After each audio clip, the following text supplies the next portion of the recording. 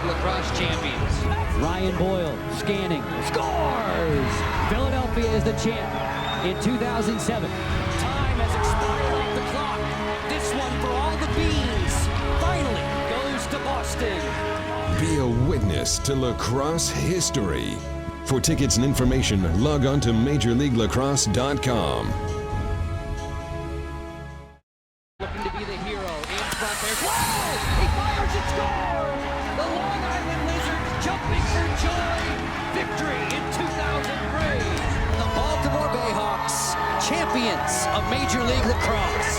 Powerful blast. Fires and scores! Casey Powell.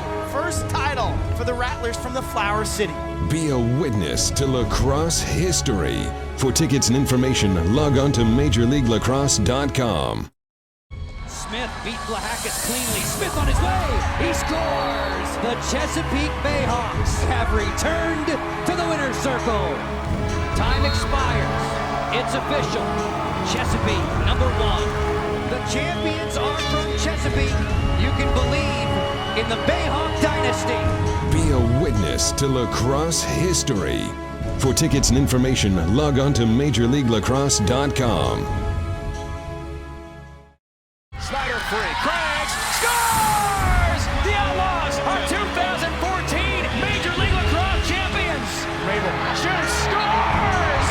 For the first time in a dozen years, the Steinfeld Cup is going back to Hempstead. And that's it! For the second time in 3 years, Denver does it! Be a witness to lacrosse history. For tickets and information, log on to MajorLeagueLacrosse.com. Baltimore Bayhawks are the 2002 Major League Lacrosse champions. Ryan Boyle scanning, scores! Philadelphia is the champ in 2007. Time has expired off the clock. This one for all the beans finally goes to Boston. Be a witness to lacrosse history. For tickets and information, log on to MajorLeagueLacrosse.com. Looking to be the hero in front there. Whoa! He fires and scores! The Long Island Lizards jumping for joy. Victory in 2003. The Baltimore Bayhawks, champions of Major League Lacrosse. Powerful blast. Fires and scores! Casey Powell. First title for the Rattlers from the Flower City. Be a witness to lacrosse history. For tickets and information, log on to MajorLeagueLacrosse.com. Smith beat Blahakis cleanly. Smith on his way. He scores! The Chesapeake Bayhawks have returned to the winner's circle. Time expires. It's official. Chesapeake, #1. The champions are from Chesapeake. You can believe in the Bayhawk dynasty. Be a witness to lacrosse history. For tickets and information, log on to MajorLeagueLacrosse.com. Slider free. Craigs scores! The Outlaws are 2014 Major League Lacrosse champions. Rabel shoots, scores! For the first time in a dozen years, the Steinfeld Cup is going back to Hempstead. And that's it! For the second time in 3 years, Denver does it! Be a witness to lacrosse history. For tickets and information, log on to MajorLeagueLacrosse.com. Baltimore Bayhawks are the 2002 Major League Lacrosse champions. Ryan Boyle scanning, scores! Philadelphia is the champ in 2007. Time has expired off the clock. This one for all the beans finally goes to Boston. Be a witness to lacrosse history. For tickets and information, log on to MajorLeagueLacrosse.com. Looking to be the hero in front there. Whoa! He fires and scores! The Long Island Lizards jumping for joy. Victory in 2003. The Baltimore Bayhawks, champions of Major League Lacrosse. Powerful blast. Fires and scores! Casey Powell. First title for the Rattlers from the Flower City. Be a witness.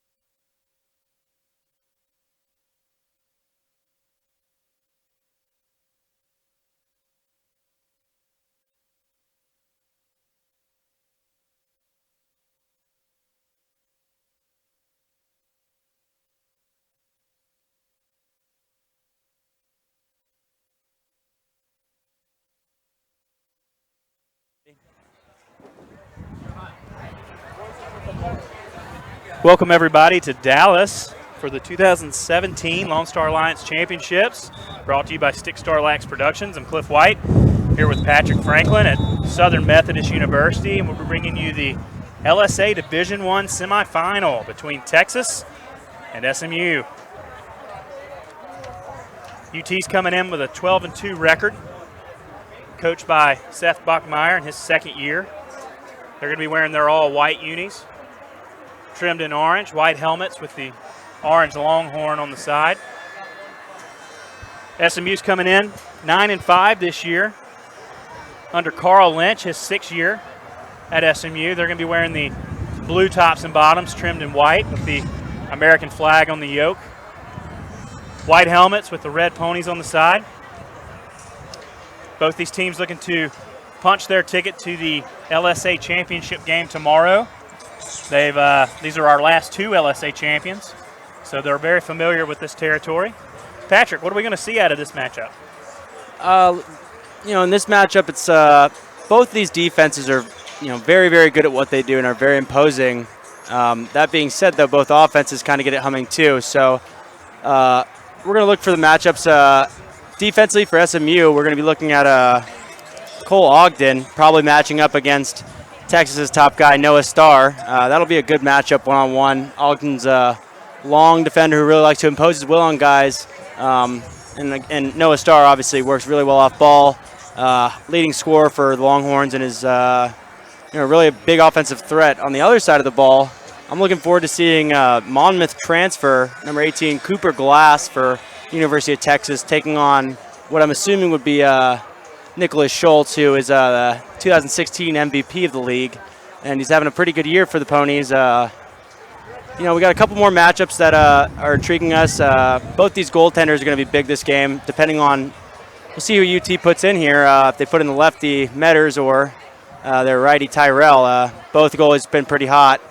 But, just looking to see both these offenses and defenses go at it because, like I said, both very physical defenses, both trying to make their mark against our opponent, but both formidable offenses. I know, Cliff, you had a chance to go talk to Coach Lynch and Coach Bachmeyer earlier about some of their guys. What did they have to say? Yeah, Coach Lynch had mentioned that in their first matchup, the Texas midfielders had great success against the short stick defensive midfielders of SMU. So they're really looking to how that matchup, how those SSDMs really match up with the offensive middies of Texas. And on the Texas end, the coach just told me they need to do business as normal. Their back line is the strength of their team, and they really feel that they can do really good work against the SMU attack. And as the SMU, only one of their top 5 scorers is a midfielder, so a lot of their offense runs through that attack, so they feel like they match up very well. Now, Patrick, both of these teams are no stranger to playing in big games this year. Both of these teams went on the road, played some top 20 teams this year. Talk about that.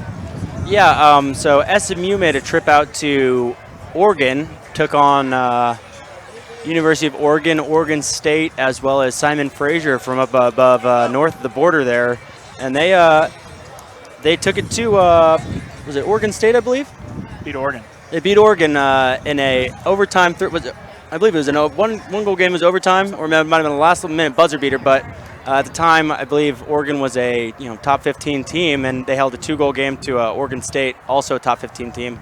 Really made their mark, showing how the LSA could compete outside of the conference. And then on the other side of it, you've got the University of Texas that went on to a little bit of a spring break trip to Utah and took on BYU and the University of Utah, and took it to Utah to, I believe, a 2-goal win, 9-7 if I remember correctly. But that's a team that, if you don't know, is looking to go NCAA D1 within the next couple of years here. They've brought in some guys that are getting recruited out of great areas, and they're a formidable team. They're also a top 15 team, and they've been formidable throughout the entire year. And both these squads have gone out of their conference and been able to compete nationally. And we'll see what they end up doing to each other here in the LSA semifinal game at Crum Sports Complex here at SMU. So how do you feel that the winner of this game is going to go on to the championship? If one of these two manage to win that game, how do you feel their chances are at nationals? Where are they going to fall in the seedings?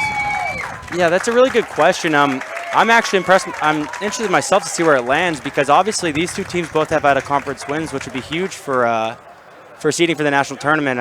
When the coaches conference call about that, out of conference games, wins or losses are both huge for your resume in order to get in. That's something that the other side of the bracket, TCU and Oklahoma, don't have a lot of. Right, both very minimal out of conference games, and those that they did have, not against top 25 opponents. UT gets first face-off here. Looks to push down the wing. You got Andrew Brown, freshman attackman from Plano West, former Wolf, getting it going for the Longhorns. Gonna move this ball back to Noah Starr at the attack. On over to Charlie Hyam. One of the things that struck me about going out and watching these guys warm up is how large the Texas players are.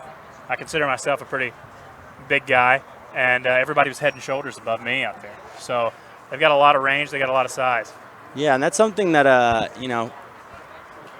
coach has been harping on all season is that they've been able to go out and get some of these guys that really make an impact physically on the game, and something they were lacking a tiny bit last year, but they're ready to get going. Got Danny Kadelka moves it through to Starr. Starr de-sticked by, I believe, Stark.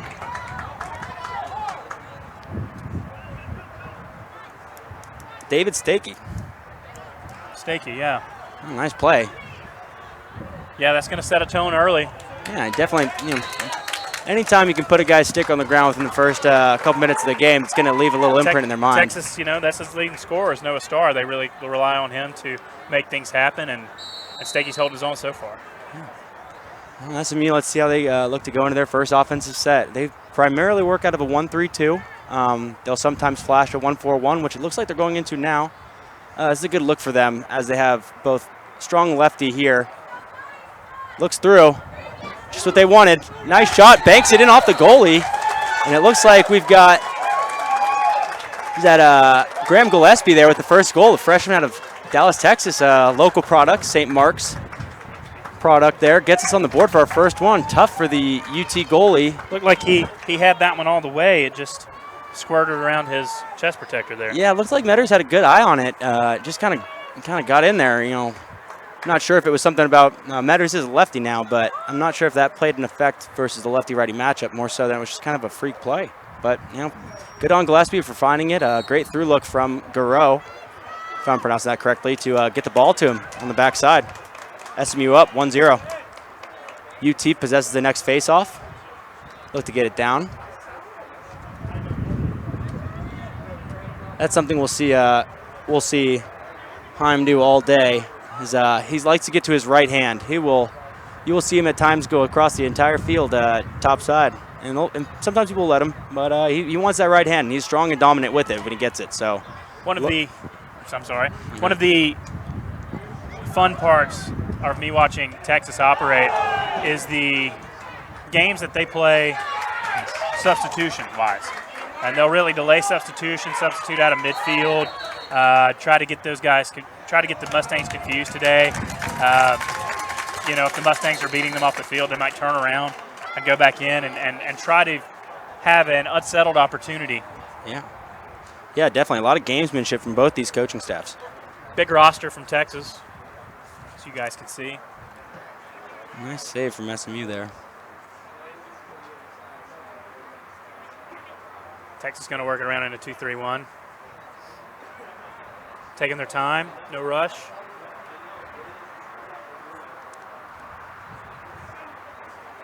And here you have Kadelka dodging to his left hand, draws the slide. To King. King likes the shorty matchup. Nice little box fake, gets it through. Andrew Brown bears down, rolls back, doesn't like the look. Texas is really looking to be slow and methodical.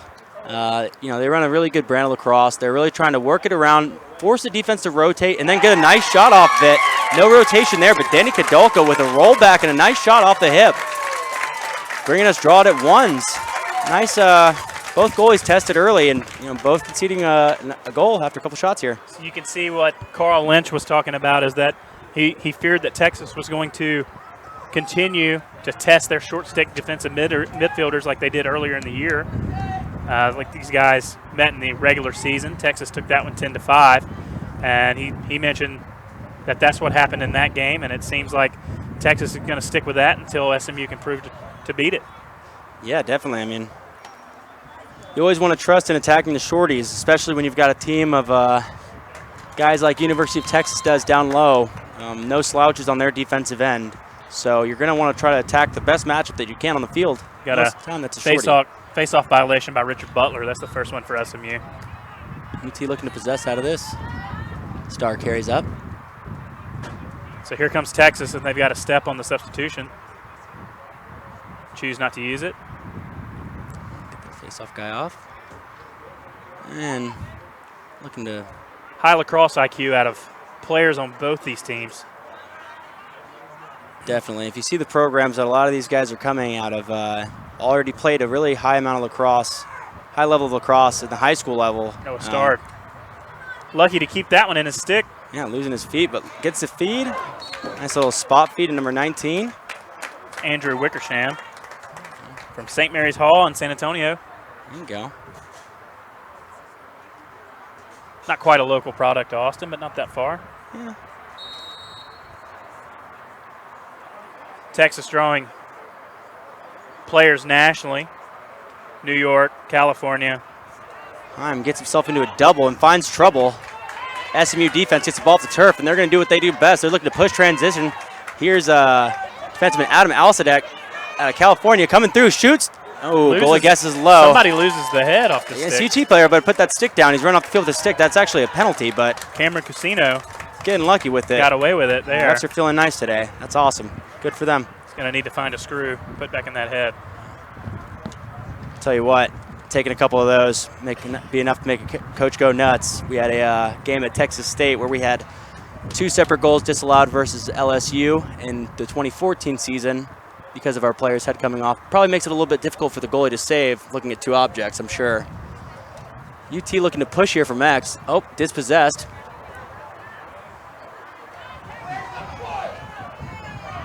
Physical brand of defense play by the midfielder here.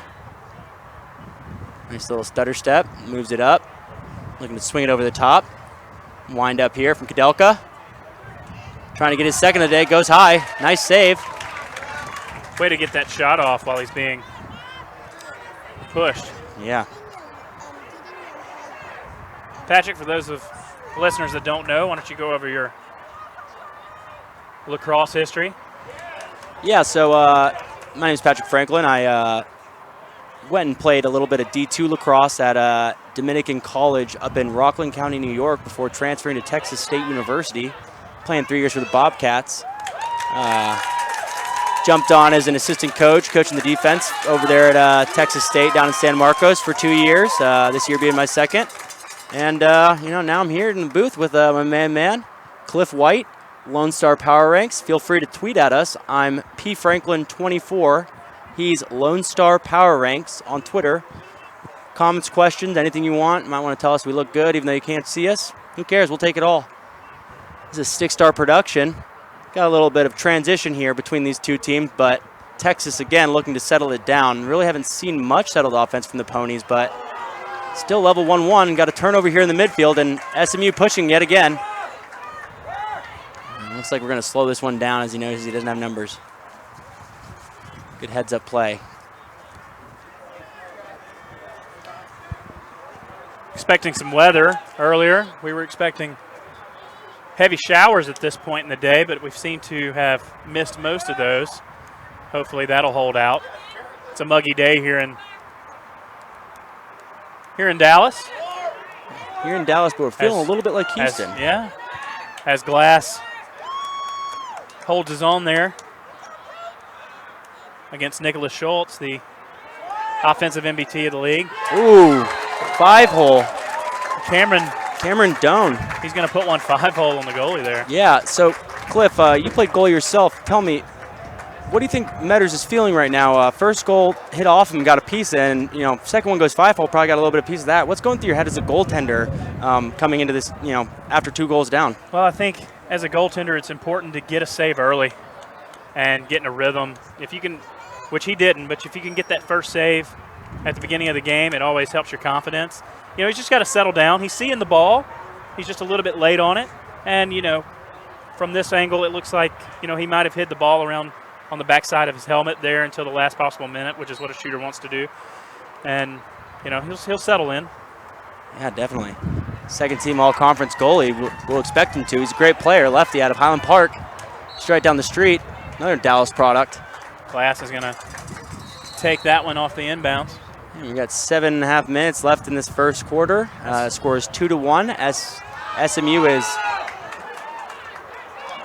going to have an unforced error there. Here comes Glass again, as we mentioned. Monmouth transfer, D1 transfer. All MAC player. That's right. So that's a big pickup for the Longhorns. Yeah, all MAC defenseman transferring to Texas. Not a local, but guess he just grew up wanting to play for the Longhorns. Doing a really good job. Austin's a fun place. That's right. Defensive MVP of the league this year, so why not? It's exciting. We're going to see the defensive MVP matched up there with the offensive MVP. So watch 8 and 18 take on each other there.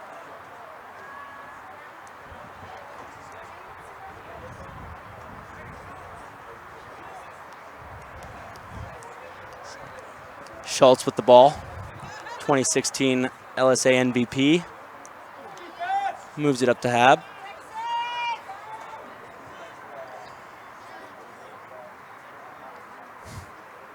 And Anasario with the ball. Moves it on down to Gillespie. Looking like he might like his matchup. We'll see about it. Ooh, beats his man.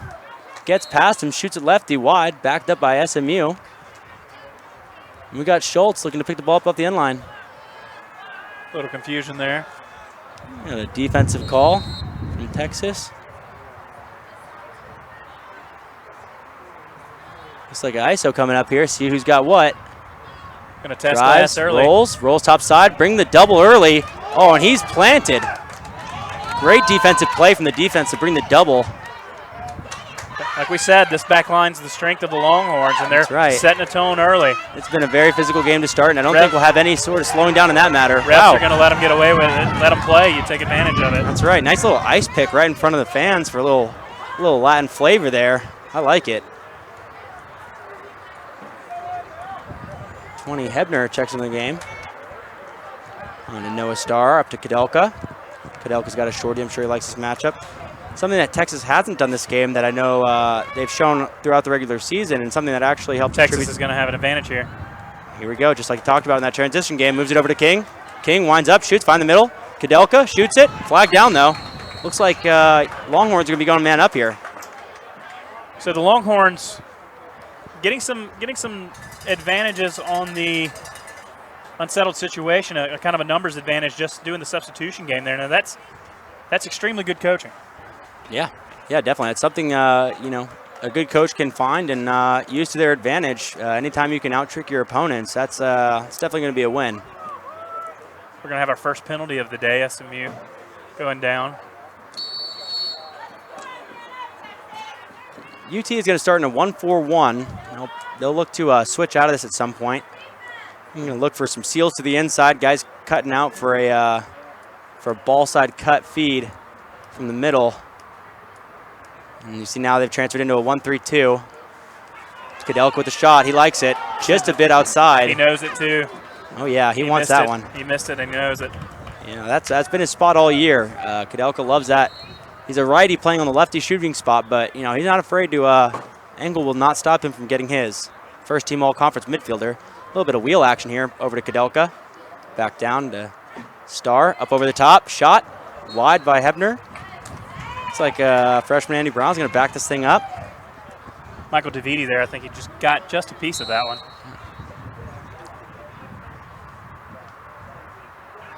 Up to Kadelka. Kadelka can't handle. Finds it.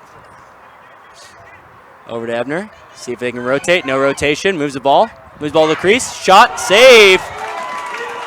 DeViti making a nice save on the doorstop there. Taking that one off the board. I'm 5'10", sure, 200-pound Miami product. That's right.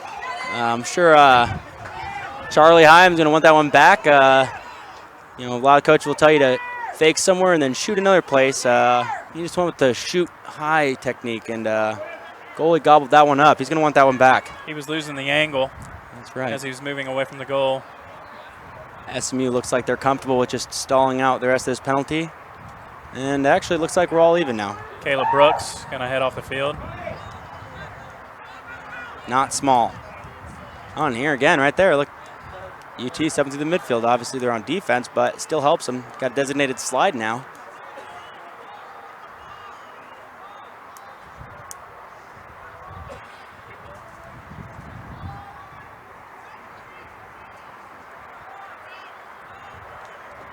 Again, we have our lefty Garreau here. Gets over the top, shoots it.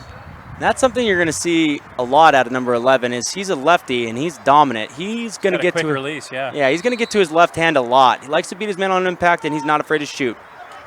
Schultz brings a double. It looks like UT's really going to the double early on Schultz. That's going to be a move and pick. Go Wow. Texas ball. Cooper Glass picking it up off the end line. They're going to task Glass with holding on to Schuler there. Yeah, to Schultz. It's Schultz, my phone. Yeah. And it looks like they're going to. Oh, and another takeaway from the SMU defense. That's two now. We're going to have a healthy little yard sale here. Might get some good money out of these things. And again, Alsadek pushing. Moves it. Merrifield, nice hitch. Gets to the middle. Shot. And Sends it just wide. sends it just wide. Going to get backed up by Gillespie here, number 8. Last time he was at X, he took his guy for a little run here. Let's see if he likes a little bit more of the same. Moves it to Peter Cordell, Houston product. Up to Merrifield. Again, we mentioned how SMU's offensive strength is through their attack line, and that's going right into the deep teeth of Texas's strength. Absolutely. Definitely a matchup we're going to love to see as this game develops. Merrifield. SMU's going to have to get some production out of their offensive midfielders for them to really have a chance in this ball game. And they get it here. Forces the defense to rotate. Can't handle a pass, though. And probably look to restart this. I think they're going to get back into that 1-4. If you're just joining us today, this is our third game of the day. Our first LSA D1. We had 2 teams from the LSA D2 punch their tickets. Ooh, and a shot top right from the lefty, Tom Garreau. From MUS up in Memphis. That's right. Nice goal. Nice goal. Put it right up there, flush in the corner. As we mentioned, we had a couple D2 teams punch their ticket to the championship game. We had a UTD take on UTSA. Yeah, I lost it for a minute. UTSA, and a great game. We saw some great goalie battles out of that. UTD took the win there. And then we just had Louisiana take on Baylor, an exciting game that went to overtime. Yeah, our first little Ovaltine matchup of the LSA tournament. Free lacrosse. That's right. And so UL and UTD are going to have a rematch of last year's. We're trying to see which one of these two squads is going to advance to tomorrow. Yeah, Bynum takes it behind the goal. Moves it on over. Danny Kadelka with the ball again.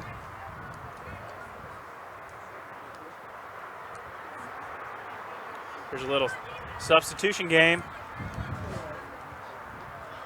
Something that's going to be tricking us up, and maybe some of you guys at home all night, is that although the Mustangs are at their home field, they are not the home team. And so if you're looking at the scoreboard and it says Mustangs 1, guest 3, that's actually the University of Texas being down 3-1 to the home Ponies. Even though it says Mustangs on the scoreboard. That's right.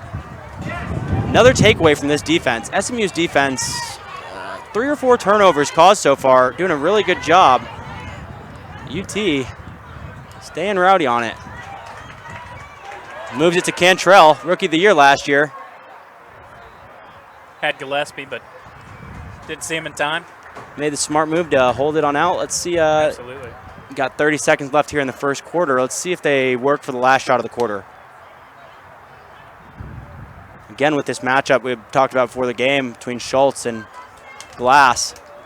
Glass getting the better of him with the help of his friends so far, but to the middle and denied. Metters with a nice save on the close pipe.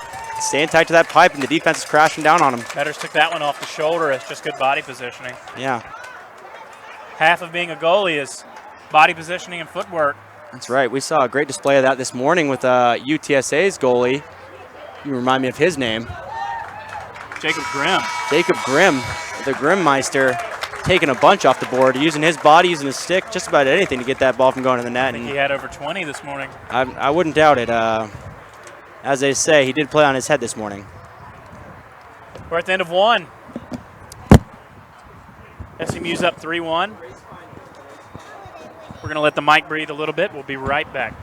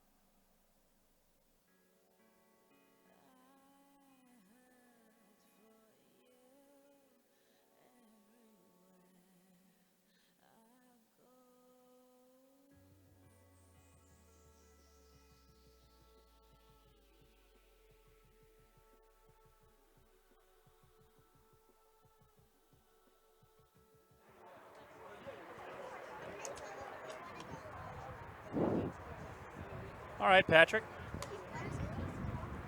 So we're back for the second quarter. How do you feel about the first quarter there, I'm sorry? Yeah, first quarter there, although it seemed as if UT was getting the better of the possession, getting quality looks, weren't finishing on those possessions as the SMU defense was doing a great job of dispossessing their opponents. SMU found the goal 3 times. First one, a little bit of a piece from Metters there, but the next 2 were both finished very well, and they're doing a great job of finishing their opportunities. When you're in a game like this, semifinal game, final game, anything of that nature, it's always important that you finish your opportunities on goal. So far, SMU has done that, and they've looked the better team so far, as well as a great job from their defense. As the only ranked team of the LSA, do you feel like Texas is the favorite here? I think Texas is definitely the favorite here. They won the LSA South, went undefeated, whereas SMU was actually the second team in the North. Lost a game to University of Oklahoma. I think it was 9-3 earlier in the season. And also these 2 teams played each other in the regular season, and Texas got the better of SMU 10-5 in that one. So I think going into it with the national ranking and also the playoff rankings, I think SMU is definitely going to be on the back burner for this one. A little bit of an underdog, but doing well so far. Yeah, but let's be real about this one. Not too much an underdog when you're returning LSA champions with only losing your starting goaltender, who was, albeit, a freak. Patrick's mentioning Adam Connolly, who was probably one of the best goaltenders to ever come through the LSA. That's right, number 5 for the Ponies. They've got another number 5 in the net who's playing well himself. Let's see if the UT offense can get something going here. SMU's defense so far has been really good about limiting their guys, with the exception of the goal from Kudelka.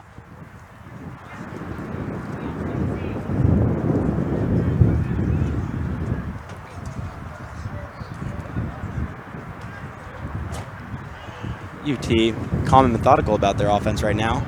King's got the ball, dodging right, physical dodger. Look for a box fake coming out of him.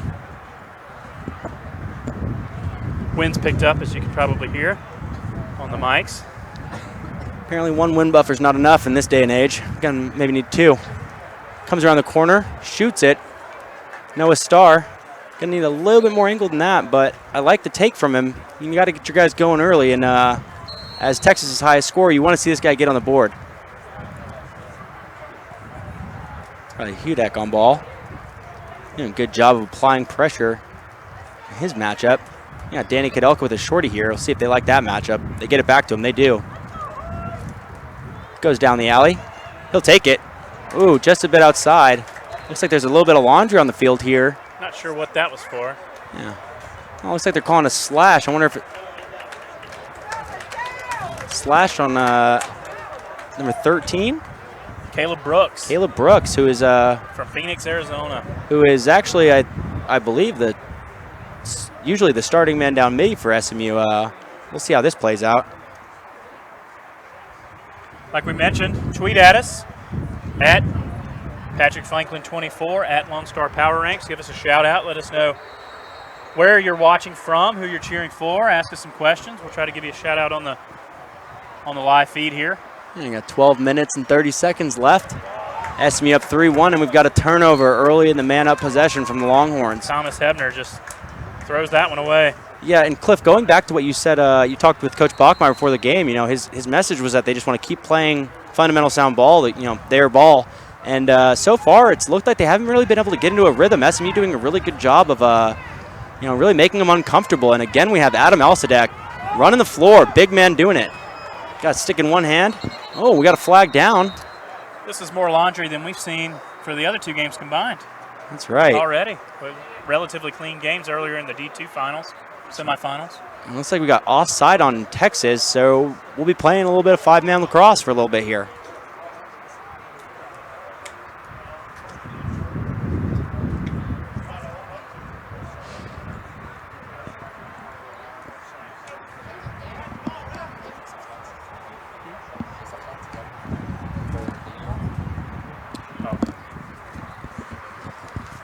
So another matchup we haven't quite talked about yet is a face-off matchup going on right now.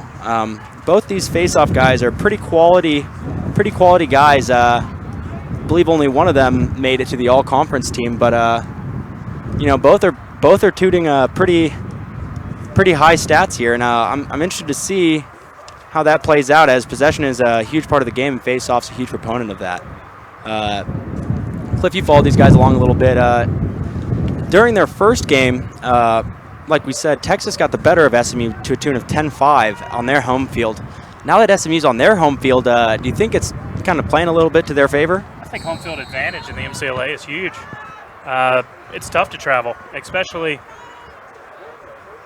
long distance. I know this isn't a long trip, but any kind of travel is going to put you at a disadvantage. It's going to give you some kind of bus legs that you got to shake off, and I think you're seeing that out of Texas in the first quarter. It generally takes a team that has those bus legs maybe 10, 15 minutes to warm up.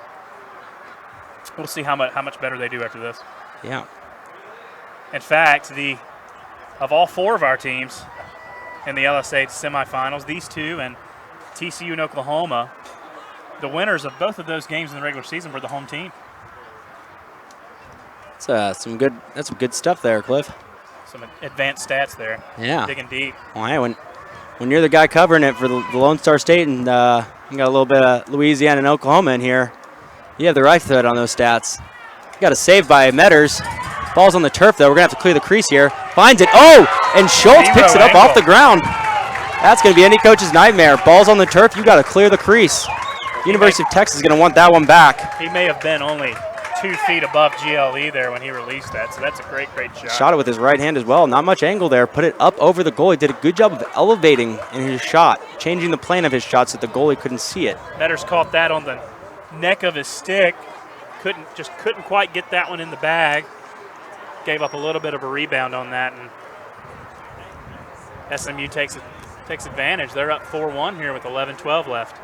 Yeah, and 2016 LSA MVP Nicholas Schultz making his impact on this game in the second quarter here. We got 11 minutes left. We got a 4-1 lead from SMU. Texas needs to stop the bleeding here. That's right, and Texas has the team to do it. Their defense has been, their backbone this whole year. We got Hayden Klaus out of Dallas Jesuit, another Dallas product coming out here, getting the GB, moving it up for his team. Great job by number 11 there. And we got Andrew Brown back on ball. Let's see if Longhorns can get something going here.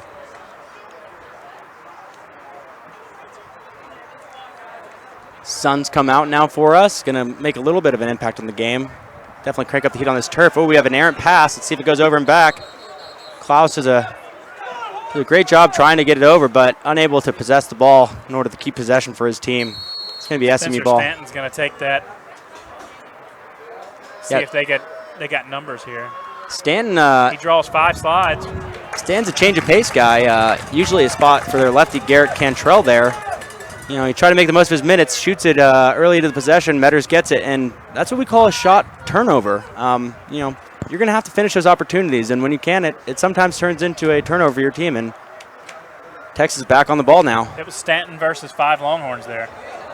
Absolutely right. And SMU with their second errant pass in as many possessions. I'm sorry, University of Texas, that is. That's Andrew Wickersham, and that's 3 or 4 unforced errors thrown ball away, and you generally don't see that out of the Longhorns club. Yeah, this is a team that's prided themselves on making the right play and just, you know, doing things like fundamentally picking up ground balls, moving it to the open man, and causing rotations. We got a pole here, brings it in. Nice deflection by Hayden Klaus. Sure, Metters, his goalie, will be thanking him for that one later. He saved that goal. Yeah, I might write him down in my stat book here. It's a great play. As a former defenseman myself, us defensemen usually pride ourselves very much on any save we can get, as is an absolutely ludicrous stat. But being 100% all time, not bad. We got Garreau here, lefty. Goes under, leaner. Doesn't finish. Metters goes low, but the shot goes just wide. If you're watching at home, you might be feeling a little bit weird after that one. Garreau got under on that one. He's very good at getting the hitch step and getting over his guy. So let's see if it's to set up his next hitch. Don't be surprised if his guy goes flying next time. Got a ground ball here at the midfield. Peter Cordell securing that one for the Ponies. Texas looking to apply some pressure here. Odd man situation. Garreau with that lefty sidearm that we see so often. It's a very high risk, high reward type of style of play, playing way above the box defense. If you can get a turnover, you've got a fast break the other way. If your man gets past you, it's a fast break. So Texas gets lucky there. SMU sends it over the crossbar. Got 9 minutes left in this second period of play here. We got SMU over University of Texas, 4-1 in the LSA semifinal matchup between these North and South teams. Winner of this game will go on to play the winner of tonight's game between University of Oklahoma and TCU, which I believe is kicking off at 7 o'clock. And they'll play tomorrow for the championship. We'll see who can punch their ticket, because the winner of that game tomorrow is going to go over to California for the national tournament. Merrifield beats his man, shoots it just a bit tall for the goal. Stanton going to bring it in from X. Metters saw that one all the way. Yeah, Metters is really starting to settle in here, it looks like. Made a couple of saves in the last couple possessions, and see if he can get himself going here. Stanton with a nice little spin from X. Head up, rolls, doubles coming. Somebody open for the University of Texas looking to send that coma slide early. Not sure if it was a coma or crease, but they're definitely looking to get, I believe, that coma slide there so that they can get the double when that attackman rolls back to try to go under, as they so often like to. When he turns his head, can't see it, that's when the double's coming. That's right. Yep. And there's Garreau with his top side. And a goal. I don't call myself a prophet, but I will say that was just a little bit of a hitch, and Garreau got it. Top right, off stick. Metters is not happy with his defense. Man, that one went just over his offside shoulder. Yeah, and this is going to be an interesting matchup. You don't really see too many lefty goalies in the league. We saw, one earlier in UTD's, John Scaly, right? Lefty goalie with some flavor. You don't really see it that often. We'll see him tomorrow. Yeah, we'll see him again tomorrow. He's punched his ticket to play University of Louisiana in the championship game for the D2. But that lefty matchup there, it looks like Metters off stick, just couldn't get there in time. It was a great shot through traffic by Garreau to make it a 4-goal lead for SMU. So this isn't anything different that Texas has seen. I believe earlier in the year, Texas was down to Oklahoma by 6 or 7 goals, and made a little bit of a comeback and had a 6-goal fourth quarter to take that game. So playing from behind is not something obviously you like to do, but they're able to handle it. They have before this year.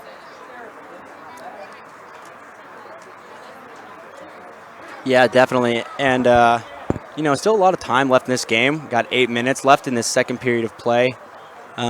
Really looking to see, how Texas comes out and responds after taking this time out and seeing if they can get their energy going for this first, this next face-off. Hey, we want to hear from you guys out there. Let us know where you're watching from, who you're cheering for. Go ahead and tweet us at Patrick Franklin 24, at Lone Star Power Ranks. Looks like we got one here. Jason D. Giviani. Oh, Looks like one of your buddies over from Texas State said, sounding silky smooth on the mic. Both starting to settle in the booth for the Six Star Lac stream. So we appreciate that, Jason. we appreciate that, Deej. That's a former roommate of mine. We call him the Italian Stallion down in San Marcos. Not afraid of the contact of that midfielder. Great guy, all-around great human. Also an assistant coach for the Texas State men's lacrosse team. Thanks for tuning in, Deej. Love you, babe. Got a nice little face-off win here. Is that Laudermip? Yep. Thomas with another face-off win, doing a good job so far. So you mentioned earlier that Texas plays a two-goalie system. They've got Metters in right now, who's settled in a little bit. Texas didn't start him on their Utah trip, their big trip out west, their big trip taking out top 15 team Utah. Why do you think Metters got the start today? I'm not sure. I know that Metters was UT has 4 goalies, and they do deliberate between all of them. However, Metters for the last 2 years has usually gotten the lion's share of the work, but Tyrell's no slouch. Tyrell is absolutely no slouch. I believe no he slouch. got the MCLA Player of the Week that week. So, yes, he did. He was in the goal for both games in Utah, against BYU and against Utah. He also started in a game against Texas State this year. Played really well between the pipes against Bobcats. And, also stood on his head against Utah and BYU to keep his team in the game. I'm not sure why the switch. Maybe it's a little lefty-righty matchup change. Not sure if they're going to switch him at halftime, but, we'll see. Interesting development there. We're definitely going to see Ogden there, SMU stud D-pole, go spend some time in the penalty box after he – was it Noah Starr he trucked down? Looks like it. Let's see how long is. This is huge for Texas here. I really think they need to get something right here to kind of stanch the bleeding. Yeah. Ogden lucky there. I think he only got called with a 30-second hold, so going to see if UT can get it going early. Starting in that 1-4 again. They'll look to seal someone to the crease and pop one out and go to a 1-3-2. Here it comes. 1-3-2 now, a little bit of a wheel. Looking it from X. Moves to the backside, seals over, looking through. Not there. Moves it up to Hebner, over to Kadelka. Kadelka stepping in, getting the rotation going to Hebner. To Haim. Back to Kadelka for the goal. Skip pass. Kadelka with both goals for the Longhorns today. Both going low. Both finding the back of the net. Managed to draw that top midi over. Make a skip pass. Buried it. Yeah, Kadelka really putting on a little show as to why he was one of the 3 first-team all-conference midfielders in the league. I'm sure he's feeling good, going to the sideline to get some daps from his guys. And let's see if that's a spark that Texas needs in order to get this thing going. Right now we've got Texas down 2-5 to the SMU Ponies with 6:22 left in the game. That's exactly what Texas needed, though. It's going to be a face-off violation on Texas. It's going to be their second. Yeah, so we'll see if that might affect the game here. Looking to go forward in this second half or first half rather. SMU has 1, I believe. That's right.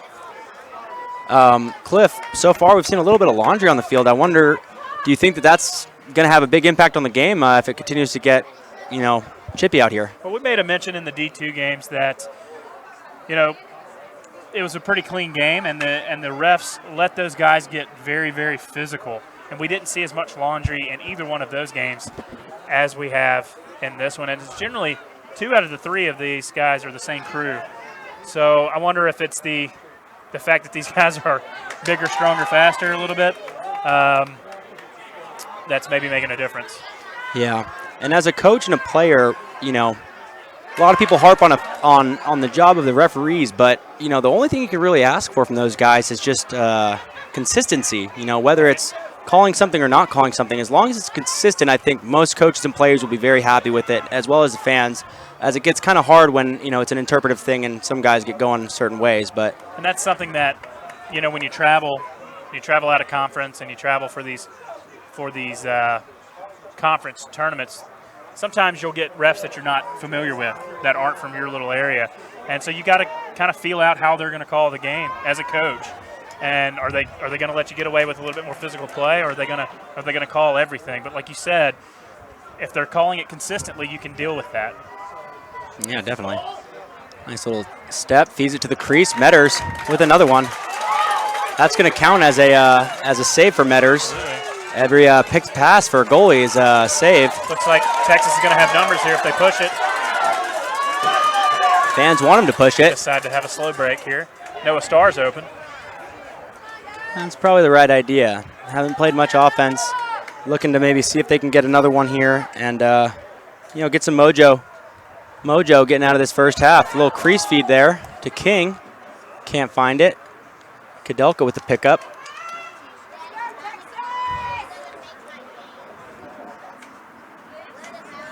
The benches are filling in here. The crowd this is the largest we've had all day. I still don't think we have as many people as Texas has on their sidelines.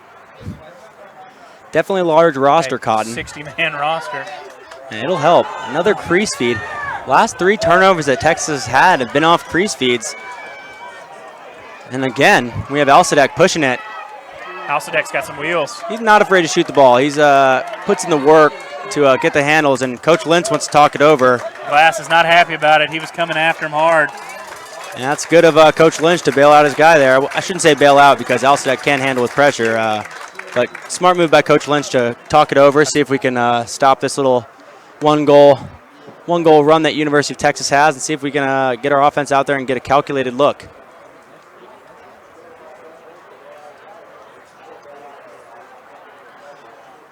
Cliff, you've watched the University of Texas play a couple games this year. They've had a tendency to come out of – Coach Austin Black does a great job of mixing it up for the defense. They've done a good job of mixing in zone looks out of the timeout. Do you think that's something that they might go with out of this timeout? Probably, because as we mentioned before, SMU's running into the teeth down there. They were really going to see if their attackmen could stand up to the Texas defenders. And so far they have been doing that. And the Texas defenders have not been able to win every one-on-one matchup like they have, like they're used to. So maybe throwing in a little zone look in there wouldn't hurt.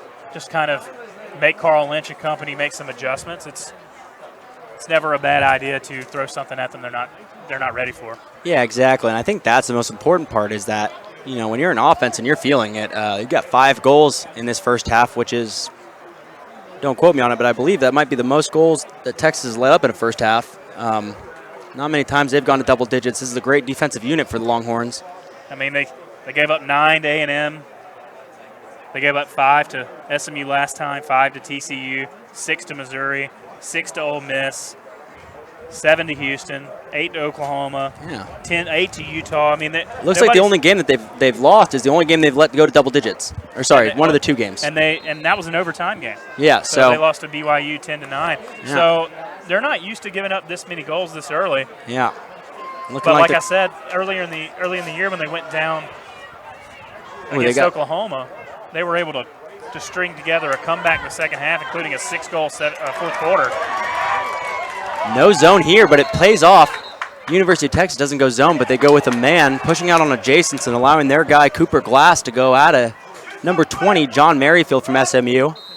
And they like the matchup. They got the ball on the ground, but looks like Glass can't get his mouthpiece in. See if SMU can get back at it. Gillespie beats his man. Got to look to move it. Feeds the crease. It's not there for Cantrell, but wind up. Oh, they call in the crease on Cantrell there. Nice shot from Merrifield. Wouldn't have counted, though. And it's going to be Texas ball with 3 minutes left to go here in the second quarter. Mustangs up 3 goals on. Getting a goal here would be huge for momentum. Yeah. Going into the second half if they can cut this deficit. Once again, this is Patrick Franklin, P. Franklin 24 on my Twitter, or you can holler at my boy Cliff White over here at Lone Star Power Ranks. Ask us some questions. John King dispossessed off the split. And SMU's getting the ball back up. This is Cole Ogden, a Highland Park native, looking to push it in front of the home crowd. He's going to shoot. Just a bit outside. You know, He puts that on the ground. I think he gets a G. Yeah. So, as a defenseman myself, a lot of defensemen I've noticed will go low. The most important thing you can do when you're a defenseman, though, is understand the mind of a goalie. Most goalies are going to understand that you're trying to get that stick as high as you can and force the ball low. So what you want to do is bounce that ball. Ooh, and we got a goal here. Second one from Cameron Doan, SMU number 4. He's on the board for the second time this game. He's made his impact felt. Really getting it going. Like Carl Lynch said, he needed his middies to score some goals, and he's getting some production out of his guys.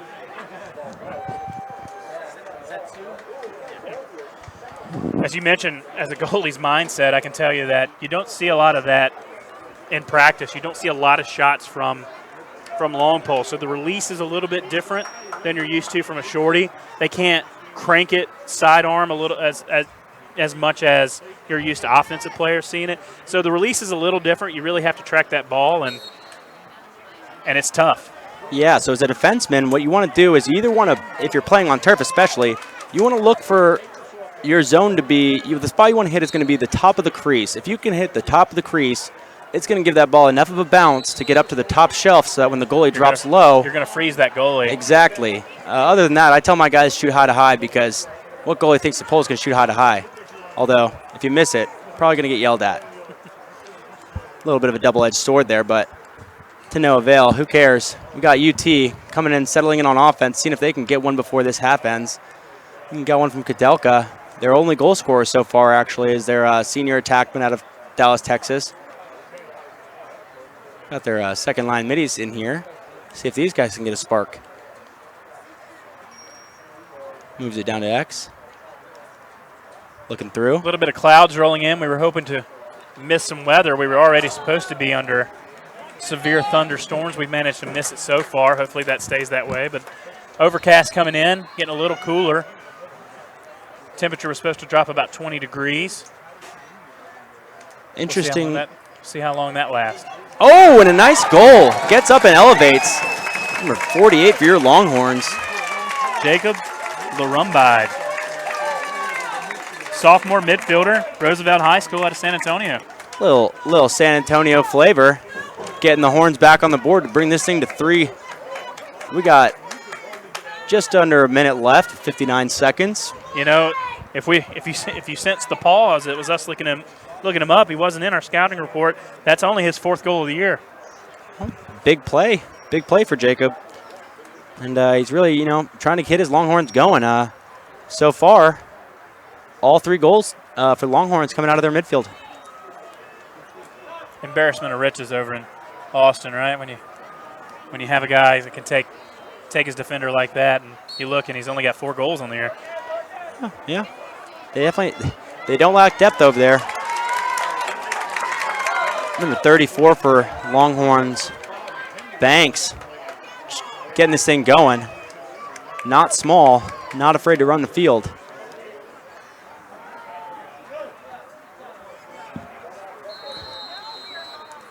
Looks like Texas is going to take a timeout and talk about it. 36 seconds left. 6-3, SMU up in the second quarter. It's going to be interesting to see what Coach Bachmeyer draws up out of this. They're going to need to get one here. Coach Bachmeyer, pretty good at taking his timeouts. He definitely won't leave any on the board. Taking his second of the first half. Looking to draw something up here. We'll see. What I'm sensing is a little bit of a dummy dodge to set up some rotation in order to maybe seal on the backside and find an open shooter for Longhorns here. Don't be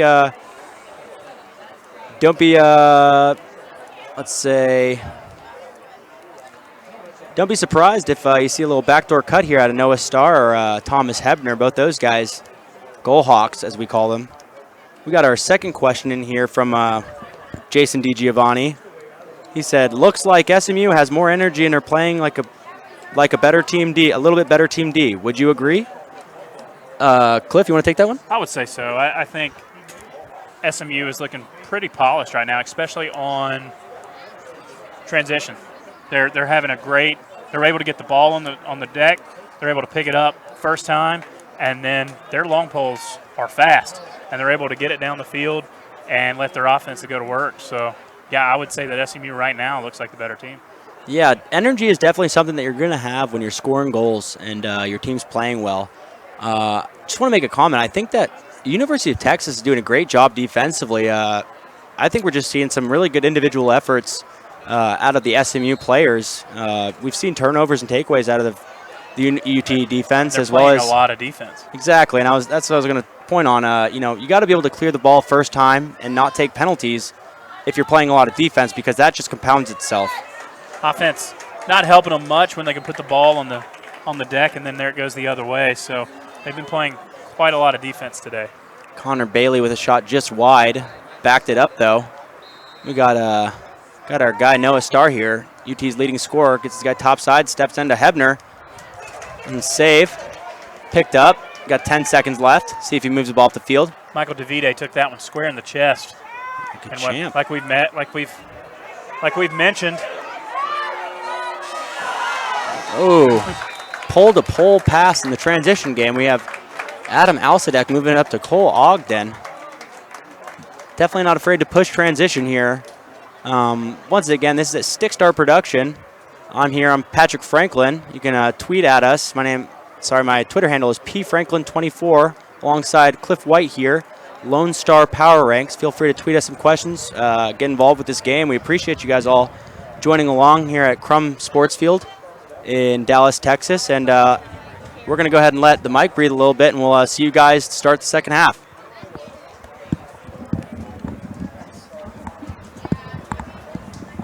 What's up, my dude?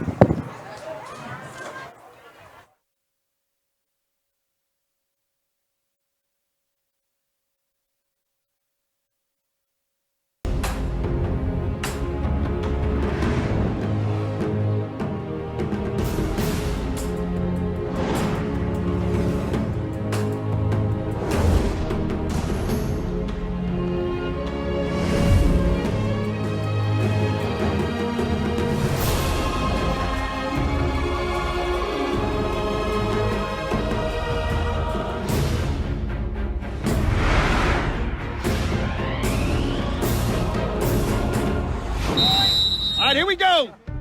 There's so many people who have done so many great things selflessly for our country. When we see these men and women coming back with no arms, legs, or they have psychological issues, we have to stand behind them. Shootout for Soldiers is something that we're very proud to be associated with. You'll have 10 to 15,000 fans circulate through over the 24 hours. Lacrosse is exploding nationwide. It gets better and better every year, so the more people that come out, the better it's going to be.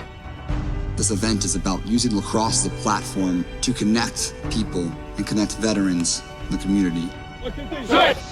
These men and women have served our country proudly for many years, and we try to do what we can to give back to them. An event like this creates very, very strong awareness, very tangible interaction with veterans. This is a good way for the girls to learn about why they have the freedoms that they have and to give back to the people that give so much to them. I don't think most of us really understand the mental trauma and physical trauma that a lot of our veterans go through, and I think it's very important that we recognize them and support them 100%. Shootout for Soldiers, since it started in 2012, has raised over $350,000 exclusively for Wounded Warrior Project. That is a massive impact, so we couldn't be happier to be a part of this event. 94 cents of every dollar we received from this event went straight to service members. Just finished 24 hours. I think I checked and we raised $65,490. We both played in the first game to kick off the 24-hour game. We got to stand together at the opening ceremony. I've just been blessed. At my age of 57, I can still get up and run them down this field with some of the young guys. The level of play is it's extremely competitive. It's clean, it's hard fought, but it's competitive. Stay tight, go, go, go! We're out there having fun. Everybody's laughing when we're hitting. Good time. It was certainly an honor just to be on the field with those guys. It's really a way to spend time with my dad and to give back to the country and all the troops who have served and even the ones who have fallen for us. The military is very strong in our family, and it's something that I hope my family will keep doing. My daughter is a pilot in the Air Force, and we just want to support the military and all they do. We know the things that they give up. I think it's a great cause just to give back to everyone who gave to us. Why wouldn't you want to volunteer your time to the people that fight for our freedom in this country to enable us to play this great game? Veterans need support, encouragement, positive opportunities for them to get together and engage with the community. Events like this give us something to live for, give us something to hope for, give us something on our calendar every year for us to look forward to doing. We really appreciate the opportunity to get out here and to be a part of this. Yeah, here we go. Time. I can feel it right here. It's going to happen. That's what it's all about right there. Thank you, veterans! Support those that have supported you. It only takes 24 hours to make a difference. Pick up a stick, come play. Open up your heart. Do some good. Be selfless. In this really selfish world, find a way to do some good. And in some small way, say thank you. Shootout for soldiers! Soldiers need you. The shootout needs you. Go do it. Hoorah!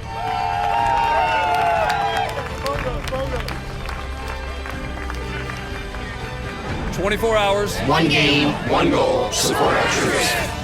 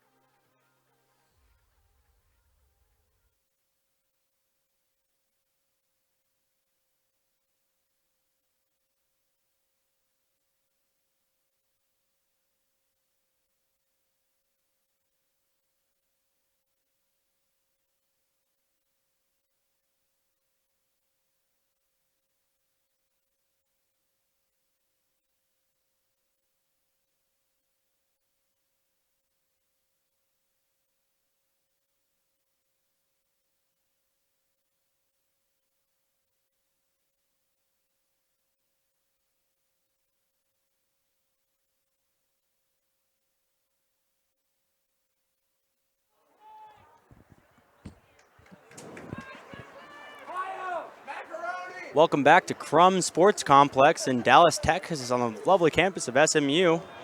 We've got Longhorns versus Ponies here. Longhorns down 3-6 right now. Looks like we've got another question here. Again from Coach Zoda down at Dripping Springs, their varsity defensive coordinator. We appreciate it, Coach Zoda. He says, what does the UT offense need to do to continue to get back into this one? Cliff, you want to take that one? Yeah, I went and spoke with Coach Bortmeyer at halftime, and he said the biggest thing they need to do is hold on to the ball. And that's the second time we've seen a head come off. He said they need to hold on to the ball, and they haven't done a very good job of ball security, and they're not doing the fundamentals well. Ooh, nice hit from number 15. They're going to call it a loose ball push. Nicholas Schultz, he said, you know what, I'm kind of tired of these defensemen getting on me. I'm going to make a big play for my team. Put a guy on the mat. Texas has made a goalie change. Coach Bortmeyer said that was planned.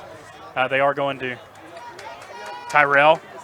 Over with Carl Lynch. I spoke with him. He said they're pretty happy with the first half effort. And obviously, you're up 6-3. You don't want to change too much. But he said that the key to their success is going to be composure in the second half. He said they have a tendency to slack off a little bit in the third quarter. Yeah, definitely don't want to let off the gas when you're up like this. Good save. Starr tried to beat the goalie low, but wasn't able to.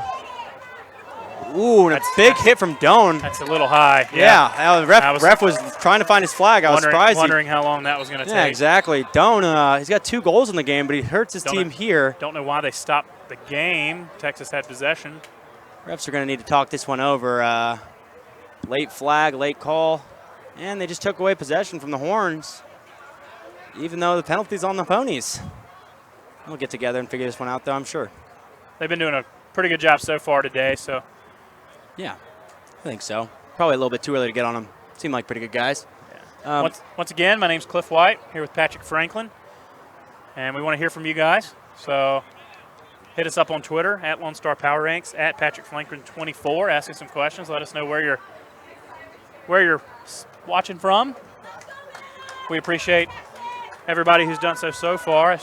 But Jason, it's been your teammates, your old teammates. Just got the watching squad. This game, yeah. Yeah. That's what happened. We want to hear some people from the Longhorns or SMU fans. Let us know. Yeah. And going back to what you said, Coach Bachmeyer mentioned that they were going to do a goalie change at halftime. One of the reasons I think that, behind this is because, as we said earlier, Metters is a lefty and Tyrell's a righty. It's going to make a little bit of a matchup change for the shooters of SMU, see if they can't get that change up. And then also, as we were talking about during their trip to Utah, Tyrell was the starter for both those games and played very, very well. So, both these goalies, both really good. And Tyrell earned the MCLA Defensive Player of the Week award that week. So, yeah. Looks like SMU is going to be man down. They got number 4 over there in the box. Cameron Doan. Yeah, senior out of Pineview, Nokomis, Florida. SMU also drawing their roster from across the country. Yeah. North Carolina, Massachusetts. UT gets it across.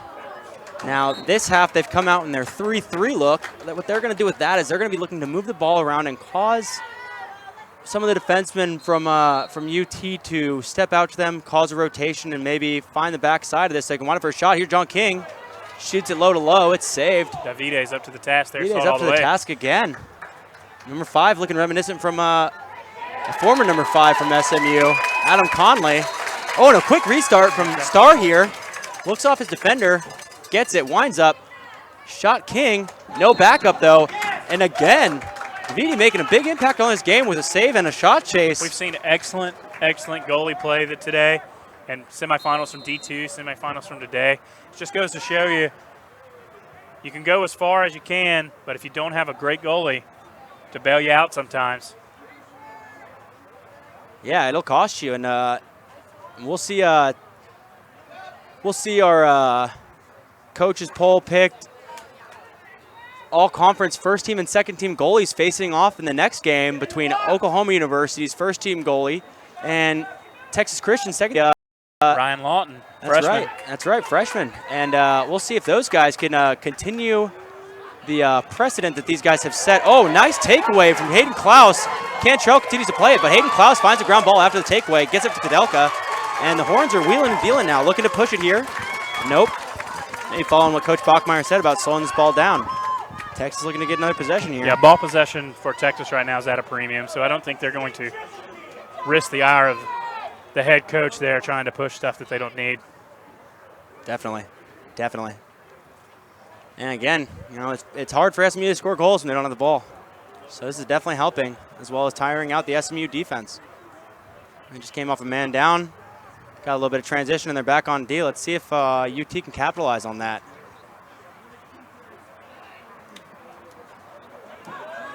See the double coming early again there. That time they moved it.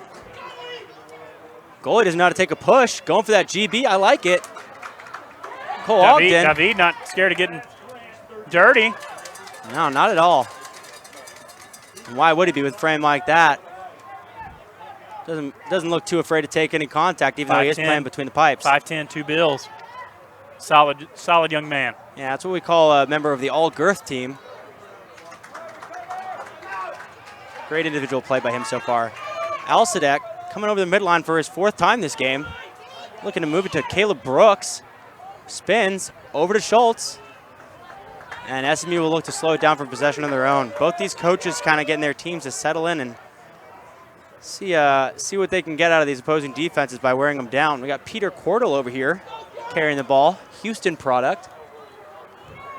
He's out of St. John's, if I'm not mistaken.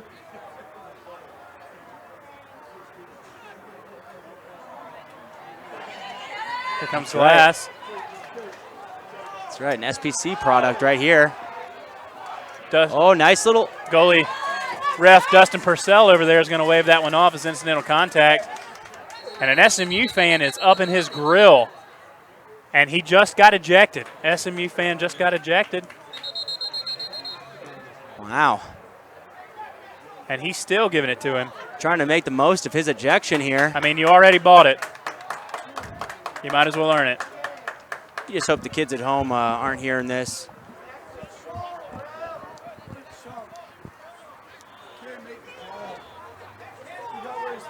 We made a mention. I think the referees have played it fairly clean so far. Yeah, and all while taking it directly on the chin from the fans here. Had a lot of fans getting rowdy earlier in the D2 games. Yeah. And it's looking like it's not going to slow down for the home squad of SMU. Dustin Purcell's down from my neck of the woods, so I'm very familiar with him from coaching high school, coaching in the MCLA, and he's pretty reasonable, but fan just took it too far there. Yeah, it's definitely you worry about the player safety and about the respect for the game when that kind of stuff happens. And oh, Peter Cordell works his way to the middle. Said his name a couple times in his broadcast. Big fella from down south, and Screwston gets himself on the board here. Well, I guess we'll count on that gentleman tuning into the broadcast here in just a few minutes. That's right. We might have +1 in the broadcast stat. See if they may be hitting us up. Our buddy might hit us up on the Twitter telling us about the officiating. I think I'm going to tell them that they're doing a good job because they are. But Cordell stretches the lead back to 4. And getting one for the Ponies.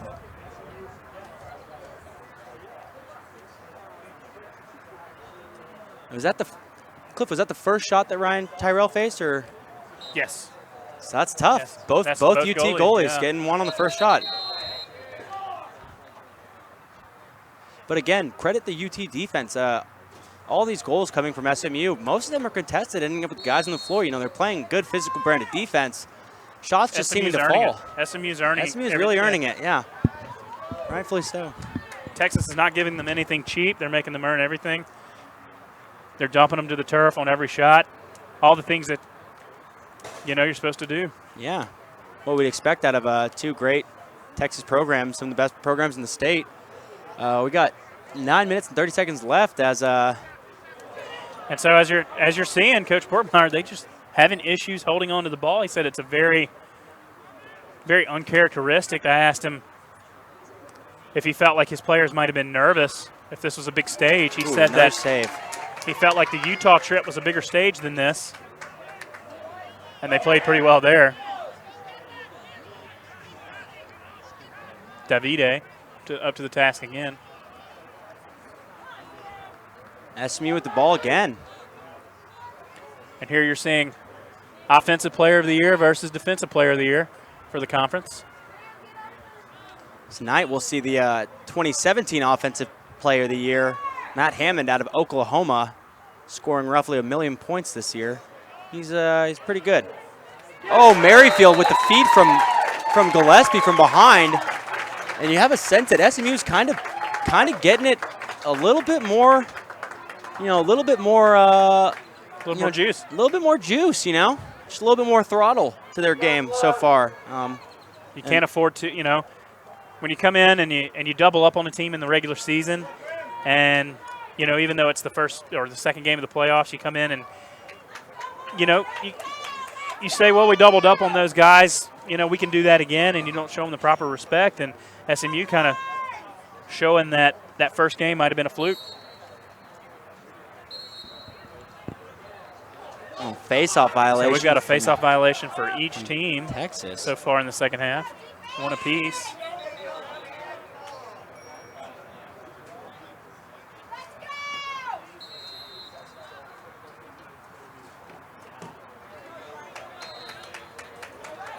So not sure what happened there.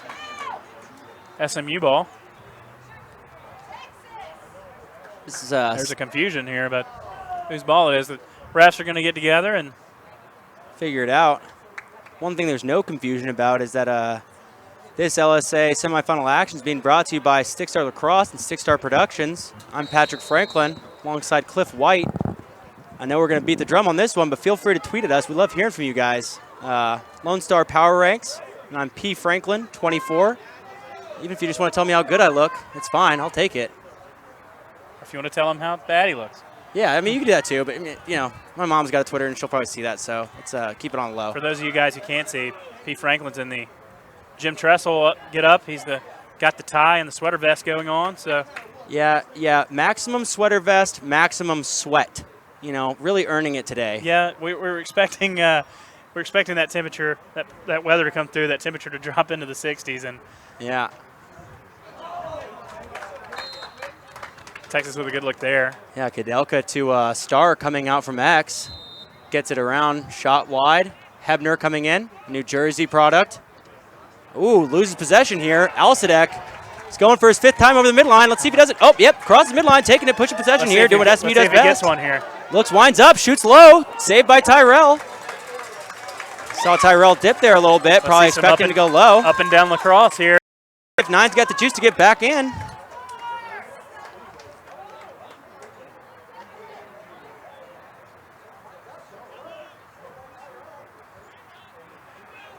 Texas really needs a patient, methodical offensive possession here. Yeah. And down 8-3, 7 left in the third. Jason DiGiovanni really feeling the Twitter fingers today. He's saying another turnover by Texas. That the difference for him in this game so far is that he's seeing SMU share the ball very liberally on offense, whereas UT ball's kind of getting a little bit stagnant. And that's pretty rightfully true. I believe all 3 goals from Texas have been unassisted. One off an isolation dodge, one off a man up, and SMU looking here. Oh, great play by Hayden Klaus to pick that ball off. Texas trying to go with the 10-man ride there. Yeah. Texas really looking to split it up and trying to find new ways to mix it up for this SMU team. No shortage of looks. SMU just kind of threw a Hail Mary down there to Schultz. Yeah. And he came down with it, caught the goalie out, and Deepole made a good play to knock that ball down. Just want to take a minute to, and another flag against SMU. We're gonna against Texas. Oh, it's against Texas. Yeah, we're gonna get a push in the back. Oh, not making it easy for themselves. So if you go back to what we were saying in the second quarter, you'll hear me harp on this all game. It's that that's a 1-minute cross check. So that's gonna be a long little man up here for the Stangs. But we mentioned this in the first half. As a defense, you're going to get tired if your team can't possess the ball on offense. And one thing that's going to compound that is taking penalties and not being able to clear the ball first time. As we've seen multiple times in this half, University of Texas has gone man down. And Hayward Lee checking into the game just in time to see lefty Tom Garreau stick his 3rd shot of the game for the hat trick.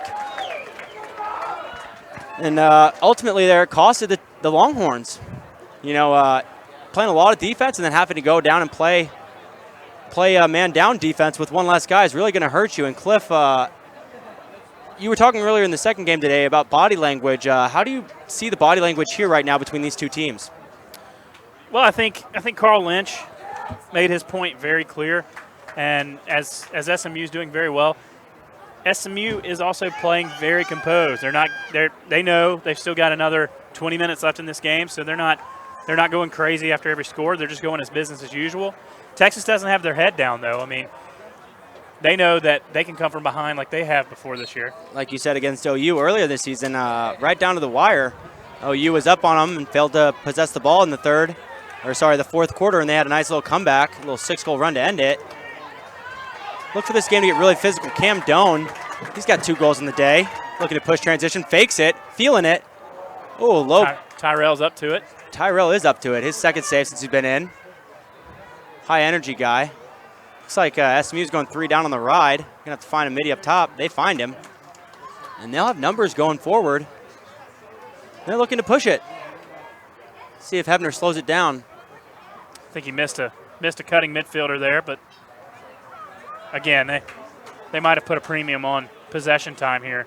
Yeah, and at this point you have to. You know, as a team being down in this position, you can't see yourself as down by 6 goals, right? You just have to go out there and try to find a way to score the next goal. Yeah. How do you eat an elephant? Yeah. One bite at a time. All you can do is get them one at a time. So that's exactly right. I tend to steer clear of the elephant, but you know some people are into that. I'm an Alabama grad. There you go. So there you go. Roll Tide. Yeah. Learn something new every day. Looks to move the ball over. He's spoke too soon. Was about to say how skilled this is a good opportunity for Texas. Yeah, odd man. Hebner with the ball. Ooh, and nice check. Providing some on-ball pressure in order to get the ball.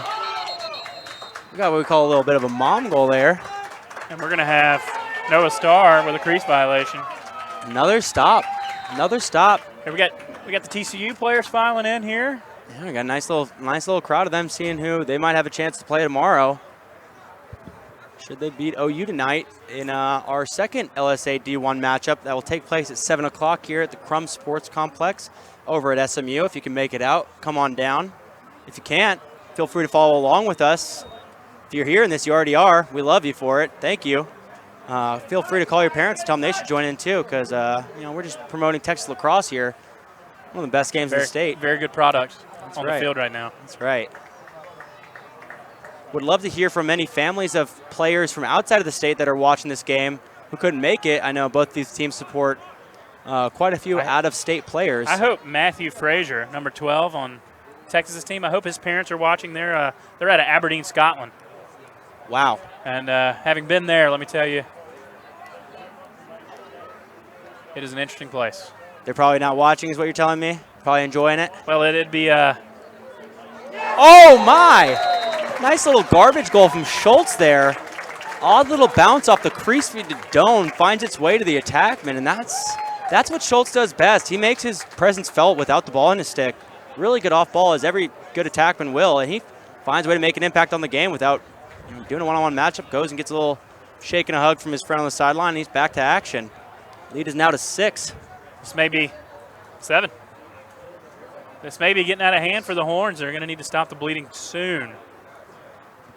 Yeah, and I mean, again, we mentioned it before, and we'll mention it again. This is an unfamiliar territory for the Longhorns. I mean, they've come back from behind before, but they just have to try. They have to start mounting this comeback because at some point you have to start going goal for goal with them. That's right.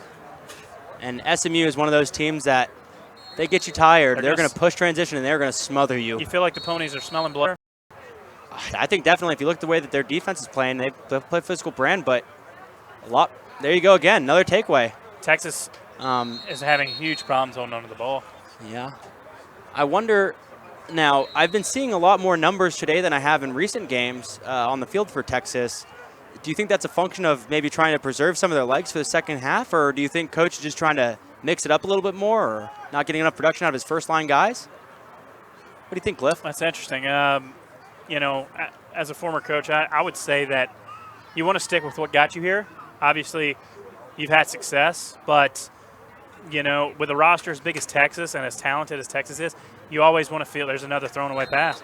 You always want to feel like you could trust the next guy up, give him an opportunity. If somebody just doesn't have the mojo that day, give somebody else an opportunity, and that may be what you're seeing. Yeah, that Pittsburgh Steeler next man up mentality, definitely. Let's see if the Longhorns can rally. Nice little spin move. Cooper Glass against Schultz. Let's see if Schultz is feeling it. Looks like he is, trying to get under on Cooper Glass after his second goal of the game there. Got Caleb Brooks with some nice flash cleats on, I believe. Maybe Captain America, I can't really tell from here, but these things are bright. Gillespie to Schultz. Schultz over to Stanton. Stanton can't possess. Too hot. Ball's going out of bounds. A little bit too hot for him. That's right. Hayden Klaus going to bring the ball in for the Longhorns. Let's see if they can get this thing down to the other side of the field and look to get an offensive possession. I want to see a little bit more production out of Noah Starr and John King. If I'm the UT coach, Cooper Glass with a little bit of a look back. Good effort there. Good effort by Schultz. Really giving it all right now. And like I said, you know, you got two guys on the first team all-conference team and Noah Starr and pretty quiet today. And John King, and you know, both of them not on the stat sheet yet. You know, credit SMU. Credit SMU to bottle them up. That's true. SMU's polls doing a great job. Quick restart. Hyam gets under. We're going to get a push. Gets to the crease, but I believe they're going to call a push with possession. Push with possession. Yeah, that's what it looks like. Texas is going to go man up, and they really need something here. Yeah, and I wonder, I can't recall, Cliff, maybe you could help me out on this. In the first half, Texas was going out of a 1-3-2 look, and in the second half is when they went to their 3-3. Now, Kadelka has 2 goals, and I believe his second goal was in the first half when they ran out of that 1-3-2. Is that correct? I think you're right. So let's see if they go back to that 1-3-2 again. And no, they don't. They go back to the 3-3. We'll see. Last time they had trouble rotating these guys because of SMU's defensive set. They're putting 3 defensemen up top. That's a risky shot when all 6 of your guys are above GLE. Got possession back, and we'll see if the Longhorns can get it going here. Andrew Brown with the ball. Looks up to Kadelka. Kadelka might like it. 2 goals on the day.